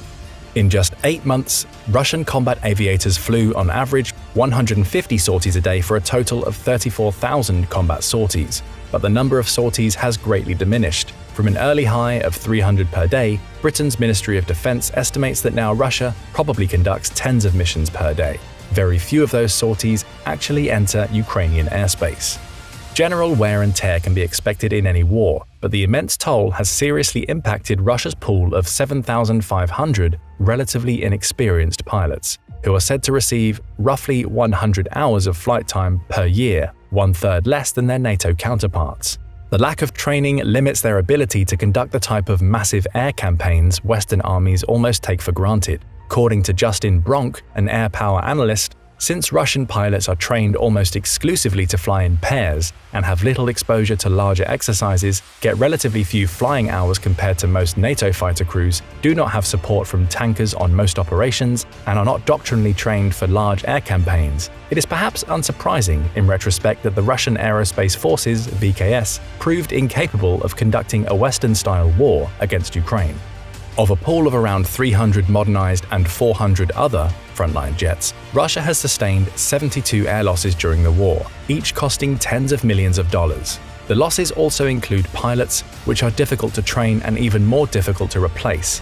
Just ask Britain's RAF, itself suffering from a shortage of trained air crews, where it most recently had more F-35 Lightning II fighters than it had pilots, amid a 5-year waiting list for students to reach the front line. But the lack of qualified pilots is only one part of the problem. Russia also lacks skilled mechanics or the proper tools to make and fix the parts needed to keep Russia's modernized air fleet up to snuff. The fact that its pre-war stockpiles are dilapidated and rapidly diminishing only adds to the problems as the demand for specialized parts and repair tools grows. Russia has tried to mobilize greater amounts of manpower to address the human part of the problem, which, as you can imagine, has its own issues. Just like training pilots, you have to train the repair crews to diagnose and maintain extremely complex computer avionics and technical systems. That is, if you can get them. Herein lies another problem with Russia's Air Force.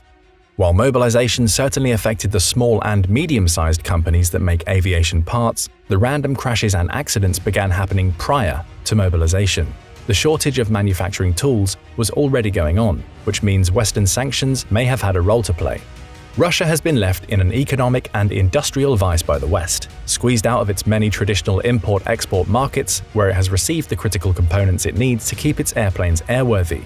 Modern aircraft are outfitted with a deeply complex array of electronic systems. Computer targeting, special sights, communication relays, everything relies on critical electronic components previously available to Russia only on the import market. Moscow has previously admitted that it was 15 years behind the rest of the world producing its own semiconductors, which isn't a good look when so many of today's precision weapons heavily rely on them. Russian manufacturers are now trying to source the components they need on the black market. But in the interim, Western sanctions and embargoes have forced the Kremlin to crack open stocks of its Soviet-era dumb munitions that lack computer guidance. Cannibalizing older pieces of equipment for spare parts is one way to try and stem the tide of aircraft losses. But it's hardly a good one. The result is an ad hoc, hodgepodge approach to combat aviation, hardly a combination any pilot anywhere should ever want to try. Some cases are pretty bad. It's reported that Russian pilots have been forced to tape commercial GPS devices to their cockpits for navigation, one report claimed.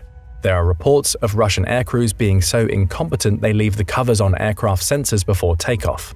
Another outlet claims their bombing accuracy has a mere 40% success rate compared to the pinpoint precision displayed by Western coalition forces during the campaigns in Syria and Iraq. We don't know exactly how effective Western sanctions have been in dulling Russian air power, but it has certainly played a role in suffocating access to the parts it needs to operate at the top of its game. In a war, every little bit of help goes a long way. There's no out-and-out answer as to why Putin has failed to establish air superiority. It is likely that a combination of factors, wear and tear, stress on older airframes, a lack of pilots and trained aircrews, and Western sanctions, have each played a significant role.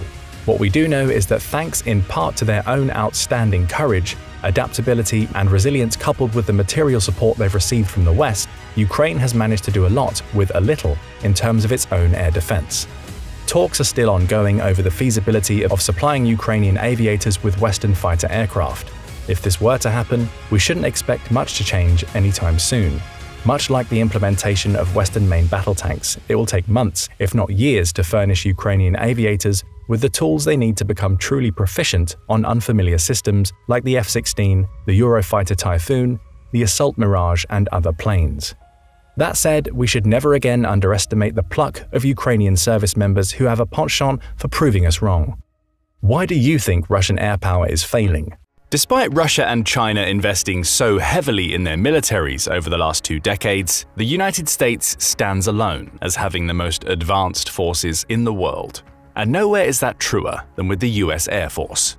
Of America's 5 major armed forces branches, the Air Force consistently receives the most money every year. In 2024 alone, it'll get $216.1 billion, with only the Navy coming close with its $202.6 billion budget. That money goes toward buying and developing the most advanced aircraft around, as well as training pilots to make the most out of those craft. But does that mean the US is unbeatable in the air? That's the question we aim to answer in this video, as we stack America's Air Force against its Russian and Chinese equivalents. In a straight fight, with no other armed forces branches involved, who would come out on top? We'll start with the raw numbers. Every year, Global Firepower, or GFP, creates a new annual review in which it analyzes the militaries of 145 countries to come up with rankings for their overall strength. The US, Russia, and China rank at numbers 1, 2, and 3 respectively, with all 3 having impressive air forces in terms of sheer number of assets. Starting with the United States, GFP says that it has a staggering 13,209 aircraft in its stock, though only 9,907 of those craft are combat-ready. It has 1,854 fighters to go along with 896 attack types. Plus, it's unparalleled when it comes to the number of fixed-wing transports it has, an enormous 957 craft dedicated to moving troops around. Switching the focus to helicopters, the US has 5,737 military choppers, with a further 1,000 dedicated to attack. Throw in 695 special mission planes, and the picture is clear. The United States ranks number one across the board for its sheer number of aerial assets. And it doesn't end there. As well as having the largest aerial fleet in the world, the US does a better job of transporting its planes around the world than any other country. GFP says that it has 11 aircraft carriers and 9 helicopter carriers, with each being capable of holding dozens of aerial assets that can be sailed almost anywhere. For the US, achieving aerial dominance isn't just about having the most planes and choppers, it's about ensuring those assets can get to where they need to go so the country can make the most out of them. But what about Russia? GFP says its air force is around a third of the size of America's, with the country having 4,255 aircraft in stock, of which 2,766 are combat-ready.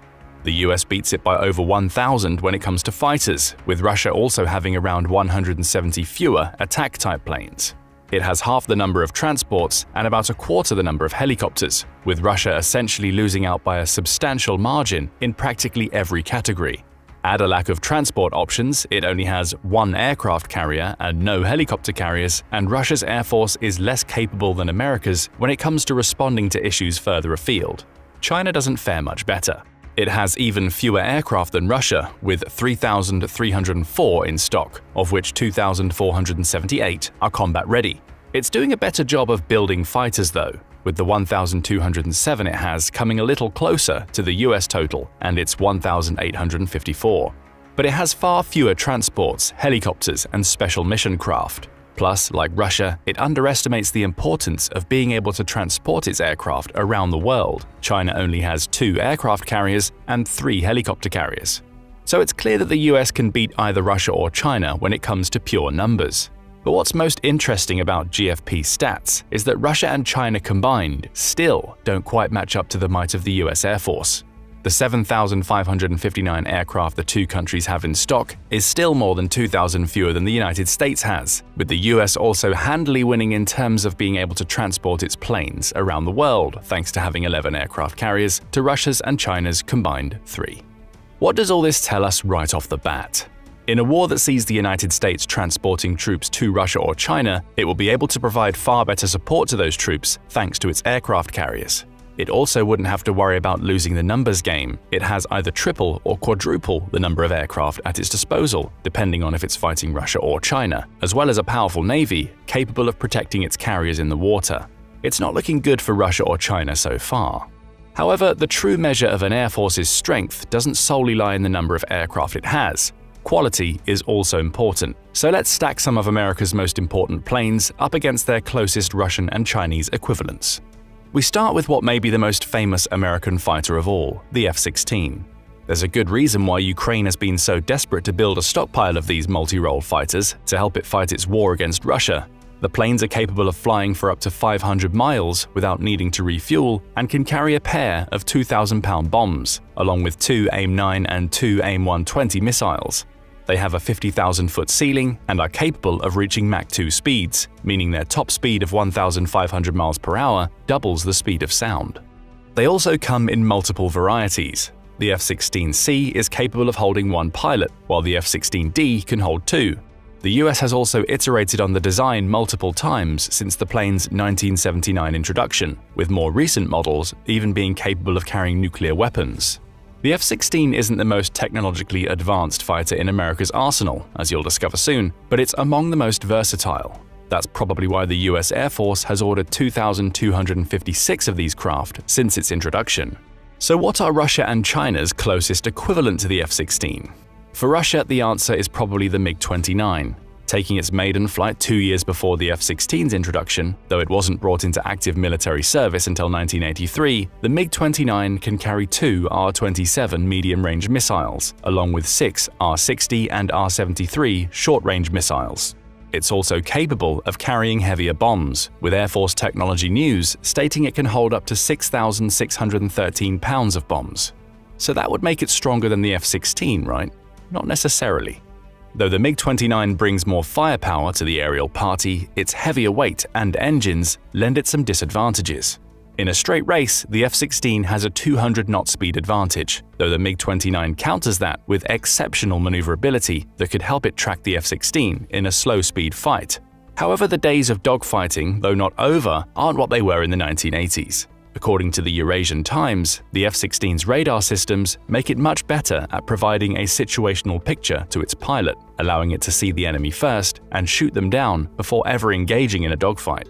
Plus, the MiG-29's strong engines means it consumes fuel faster, so it can stay in the sky as long as the F-16. Add to that Russia only having around 600 MiG-29s in stock. They have lost some in Ukraine, and the F-16 appears to be the winner. Does China fare much better?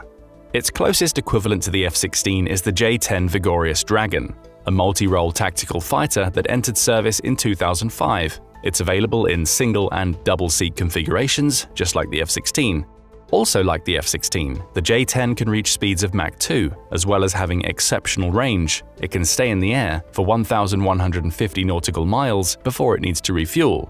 On the surface, that would make the J-10 appear to be an even match for the F-16. However, that may not be the case. The F-16 hasn't stayed stagnant since its introduction in the late 1970s. The US Air Force has improved it several times over, including equipping the plane with new generations of radar, sensors, and weapon technology. There's even a specific project dedicated to these upgrades, the Service Life Extension Plan, or SLEP.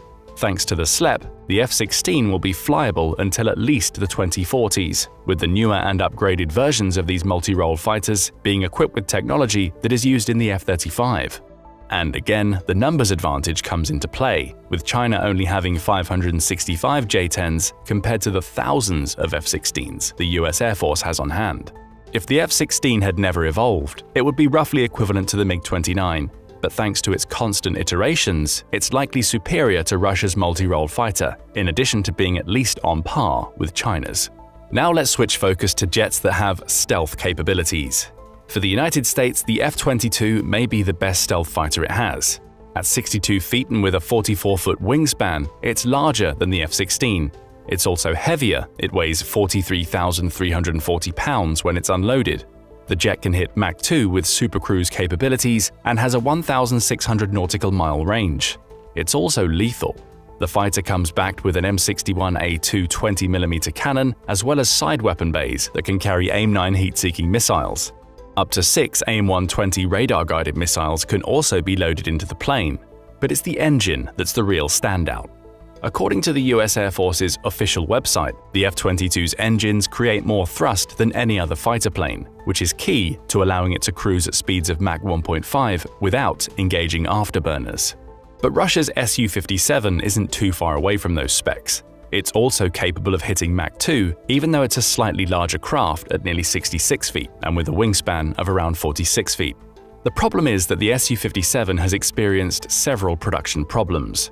The national interest says a production crash has limited Russia's ability to create more of these stealth jets, and even the ones it has, though similar in terms of specifications, still fall behind the F-22 in terms of maneuverability and stealth capabilities. It's also telling that the Su-57 hasn't been used regularly in Russia's war with Ukraine, despite Moscow claiming that it's the world's best combat aircraft. So there's an unanswered question here. Does the Su-57 live up to Russia's hype? We don't have answers yet, meaning it's up to China to try and take the F-22's crown as the world's foremost stealth fighter. But as with the Su-57, we only have Chinese claims of superiority to go on rather than real-world data. We do know that the J-20 appears larger than the F-22, at least according to Warrior Maven. However, its fuselage is almost a direct match. It has a 2-engine exhaust and a similar curved body to the F-22. But it doesn't have the supercruise capabilities that make the F-22 stand out, which means it doesn't come close in terms of stealth operations. After all, the F-22 can fly at Mach 1.5 without engaging afterburners that give its position away. As far as we know, the J-20 can't. China claims that the J-20 is faster at least, stating that it can reach speeds of Mach 2.55. However, these claims are unverified, and given that the US uses the F-22 as an aerial quarterback that dictates and controls operations, the faster top speed may not mean much operationally. So it looks like the United States can chalk up another win in the technology column. Now let's look at a fighter that's part of the US Air Force's future, the F-35. America's newest fifth-generation fighter, the F-35, will eventually replace the F-16 as the country's go-to multi-role jet. But that replacement is going to be a long time coming. For now, we know that the jet can hit a top speed of Mach 1.6 and can fly for 1,200 nautical miles using internal fuel alone. It's also one of the few planes in America's arsenal that wasn't developed solely by the United States. 8 other countries, including the UK, Netherlands, Canada, Denmark, Turkey, Italy, Australia, and Norway, have also contributed to the design, making the F-35 an icon of international cooperation. It also packs a lot of advanced technology. That's seen in the helmet-mounted display system, which provides targeting information and combat intelligence to the pilots as they fly. It's no wonder that the Department of Defense plans to field 2,500 F-35s at a cost exceeding $1.7 trillion during its life cycle. It already has about 450 in the field. As for Russia and China, they bring the Su-35 and the J-35 to the aerial theater, though the comparisons aren't perfect. For instance, the F-35 is designed to be a stealth fighter, while the Su-35 is stronger as a straight fighter. But as we mentioned earlier, that could play in the F-35's favor. Pilots are increasingly moving away from dogfighting in favor of a see first then shoot approach to aerial combat. So an F-35 is unlikely to engage an Su-35 one-on-one unless forced to do so. It's far more likely, the Eurasian Times points out, to attack before the Su-35 knows it's there or try to escape it if it risks being forced into a dogfight. As for the J-35, also known as the Shenyang FC-31, there's very little known about China's fighter. Though it's rumored to now be deployed on the country's aircraft carriers, it's so new to combat that it's difficult to truly compare how it stacks up to the F-35. However, the national interest provides some snippets of information, with the most interesting being that China is apparently intending to sell the J-35 to countries that find the F-35 to be too expensive. That would suggest the J-35 doesn't pack the same technological muscle as its American rival, though it's no slouch. It has a wing-fold mechanism and uses a catapult launch bar, as well as being capable of taking off from an aircraft carrier. But beyond that, there's not a lot of information. American officials believe the J-35 will likely be capable of taking on and defeating fourth-generation fighters like the F-16, but when stacked up against the F-22 or F-35, it may come out on the short end. One thing from the comparison is clear. Though China and Russia have fifth-generation fighters of their own, the F-35 is the only one with proven combat capability so far. Most of what we know about the J-35 is rumor, with the Su-35 appearing to have been designed for a form of air combat that is quickly losing steam in terms of its strategic use. So far, we've restricted our focus to fighter jets. Though they're the most glamorous aircraft in an air force's arsenal, they're far from the only ones that matter. Bombers are also extremely important, particularly for supporting ground troops, or in worse cases, dropping nuclear weapons on an enemy. That's where the B-2 Spirit comes into play for the United States. A multi-role bomber that's capable of dropping both conventional and nuclear bombs, the B-2 has been operating since April 1997. It's a behemoth of a plane, weighing 160,000 pounds when empty, but capable of taking off at a maximum weight of 336,500 pounds. It can carry a 40,000-pound payload and reach high subsonic speeds. As for the range, the US Air Force website offers just one word: intercontinental. Russia doesn't currently have anything that truly compares to the B-2 Spirit. Its Su-34 fallback is a combined fighter-bomber that's able to carry out bombing runs over medium range. But it's nowhere near as large as the B-2 Spirit, meaning it can't carry the same weight of payload. Plus, it can't fly as far. That may be why the US Air Force doesn't really have a direct equivalent, with the F-15 and F-111 offering the closest comparisons, as it has no real need for it. Other than that, the Tu-160 is Russia's closest equivalent to the B-2. It entered production in the 1970s, though didn't see service until 1987. And even then, Russia restricted it to very limited production runs that have made it a near non-factor in its air force. It's difficult to see why, especially as the Tu-160 is faster than the B-2, but it's likely due to high production costs combined with a lack of utility. So, though the Tu-160 can hit 1,380 miles per hour compared to the B-2's 630, as well as having similar stealth capabilities, the fact that Russia only has 20 in its arsenal suggests that it doesn't even see a point in competing with the US with this plane. As for China, its closest equivalent to the B-2 is the Zhan H-6, and frankly the United States easily wins this comparison as well. The H-6 doesn't have the B-2's stealth capabilities and only has about half the range, about 3,720 miles compared to the B-2's 6,900. It is a little faster though, and only requires half the crew. However, that's because it's a much narrower bomber, which puts limits on its potential payload. It could still do a decent job if China were able to fly it over the US mainland, though that's unlikely because the lack of stealth means the US Air Force would see it and shoot it out of the sky before it had a chance to drop its bombs. So in the stealth bomber department, America's competition is either a bomber that experiences constant production delays or one that actually has no stealth capabilities. Another easy win for the US Air Force. And so we come to the final American aircraft that's worth noting for this comparison. The B-21 Raider. We're turning our attention to the future here, as the B-21 is still in development, with the US Air Force expecting it to enter operation at some point during the mid-2020s. A double-penetrating stealth bomber, the plane can carry both nuclear and conventional munitions, and will join the upcoming B-52 to become part of the backbone of America's aerial bombing sector. Think of it more as an efficiently designed version of the B-2. Aviation Week points out that there's a clear resemblance between the two planes, though the B-21's 132-foot wingspan makes it the smaller of the two. It's also far lighter. Its empty weight is about half of the B-2's.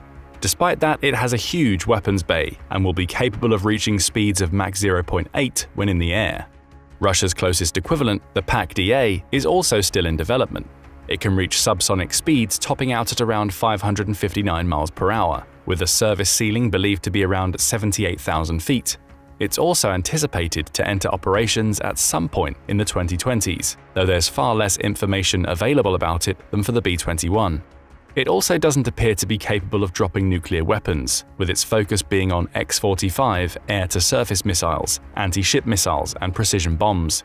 However, that may change in the future. The bomber is still under development, and its specs may evolve over time. As for China, it's currently working on the H-20. However, Warrior Maven highlights an immediate issue that China might have with this bomber. It's designed as a B-2 copycat, rather than a plane that's capable of taking on the B-21. Still, you could argue that the B-21 itself is a copycat, given that it shares so much of its design with the B-2. Plus, the H-20 should give China an intercontinental range, as well as offer it the ability to drop nuclear weapons on overseas targets. Its range is lower than the B-2's. The H-20 can travel for 5,280 miles, which could mean it would end up being far behind the B-21 when the craft is finally properly introduced. However, the Pentagon also suggests China is working to turn it into a refuelable bomber, which could put it beyond the B-2's range capabilities. As with the F-35 comparisons, we're now veering into speculation. For now, the US seems to have the superior upcoming bomber, though that may be simply because we know more about the B-21 than we do about the H-20 or PAC-DA. What's clear at this point is that Russia and China are still playing catch-up with the US Air Force. That's a game it can't hope to win. As they develop new planes that mimic what America has, the US will be hard at work creating new assets for its Air Force that beat out those Russian and Chinese craft. That brings us to 5 words that hint at the likelihood that the US will dominate China and Russia in the air for years to come. Next Generation Air Dominance Program, or NGAD. Instituted in 2014, NGAD is a top-secret program that's believed to have seen around $16 billion in investment so far and will likely receive billions more in coming years. The program focuses on the development of a 6th-generation fighter even before the US has properly implemented its 5th-generation jets, and it's interesting to see how America is looking to completely change the entire concept behind aerial combat with this plane. Air Force Technology says that NGAD will result in the development of a new fighter, though that isn't the real headline.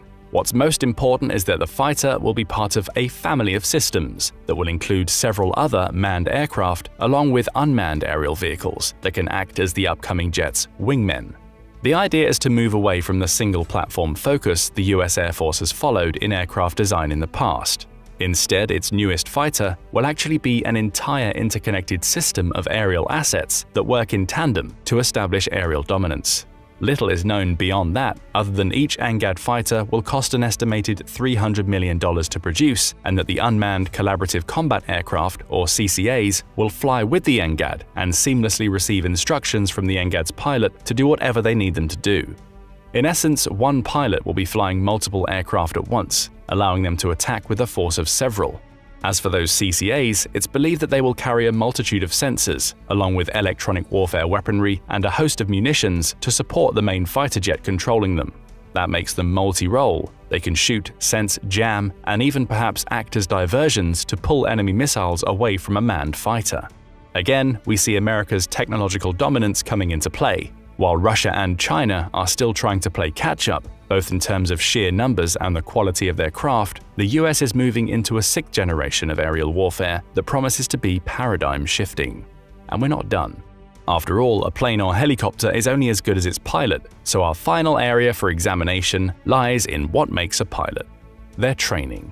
For an American pilot who wishes to fly a fighter jet, that training takes several years. Before they can even apply for fighter school, they must earn a bachelor's degree and join the Air Force, a process that can take over 3 years. Once in the Air Force, the prospective pilot must meet several criteria, including demonstrating a solid understanding of flight theory and completing the United States Air Force undergraduate pilot training program. And they're still not done. From there, the pilot has to become an officer, with 3 options available: Air Force Academy, Officer Training School, and Air Force Reserve Officer Training Corps. They'll also need to pass a single-scope background investigation, meaning those with criminal histories may not be able to join. Plus, there are age and height requirements. The pilot must be between the ages of 18 and 33 when they start their training, with their height having to align with the jet they want to pilot before they can start. It's an intensive training program. And it all has to be completed before the pilot can even be considered to fly out on operations. Russian flight training is similarly intensive. While there's little information available about the prior qualifications a prospective Russian pilot needs, we know that they'll study for 5 years at Krasnodar Higher Military Aviation School of Pilots, or KVAL. The first 2 years of training at KVAL focus on theory, with the pilot not even getting to climb into a jet until their 3rd year. During the final 3 years of training, they'll fly multiple jets, including the Yak-130, L-410, and AN-26, logging around 120 hours in the air before they're considered for the field. As for China, it reportedly accelerated its pilot training program in 2022. Previously, a China pilot would spend between 4 and 6 years in training before they took to the skies for missions. However, the Eurasian Times reports that the country's new program, operated at the Shizhezhuang Flight Academy, sees pilots training in a J-10 fighter for 3 years. Is that enough? Both the Russian and American training programs take around 5 years, accounting for studying for a relevant bachelor's degree for the American program. So a Chinese pilot may log fewer hours in their jet during training than a US or Russian equivalent, though China's training programs are so secretive that it's difficult to tell. Either way, it's clear that the US has a very strict program that is at least equal, if not superior, to the programs that Russia and China operate. So the US comes out on top in every category. Its Air Force is substantially larger than Russia's or China's, and is even larger than the combined forces of both countries, and it has better planes. Its pilots undergo extensive training, ensuring they're prepared for anything they'll encounter in the air and understand their flight systems inside and out. Plus, the US is ahead of the technological curve. Its NGAD program is moving into the 6th generation of fighters, while Russia and China are still focused on the 5th. Combine all of that and you reach a simple conclusion. Russia and China don't stand a chance of beating the US Air Force. But what do you think? Does the United States truly reign supreme in the skies due to all of the points highlighted in this video? Or do you think a battle for aerial supremacy with Russia or China would be so complicated and location-dependent that it's difficult to tell who would come out on top without it actually happening?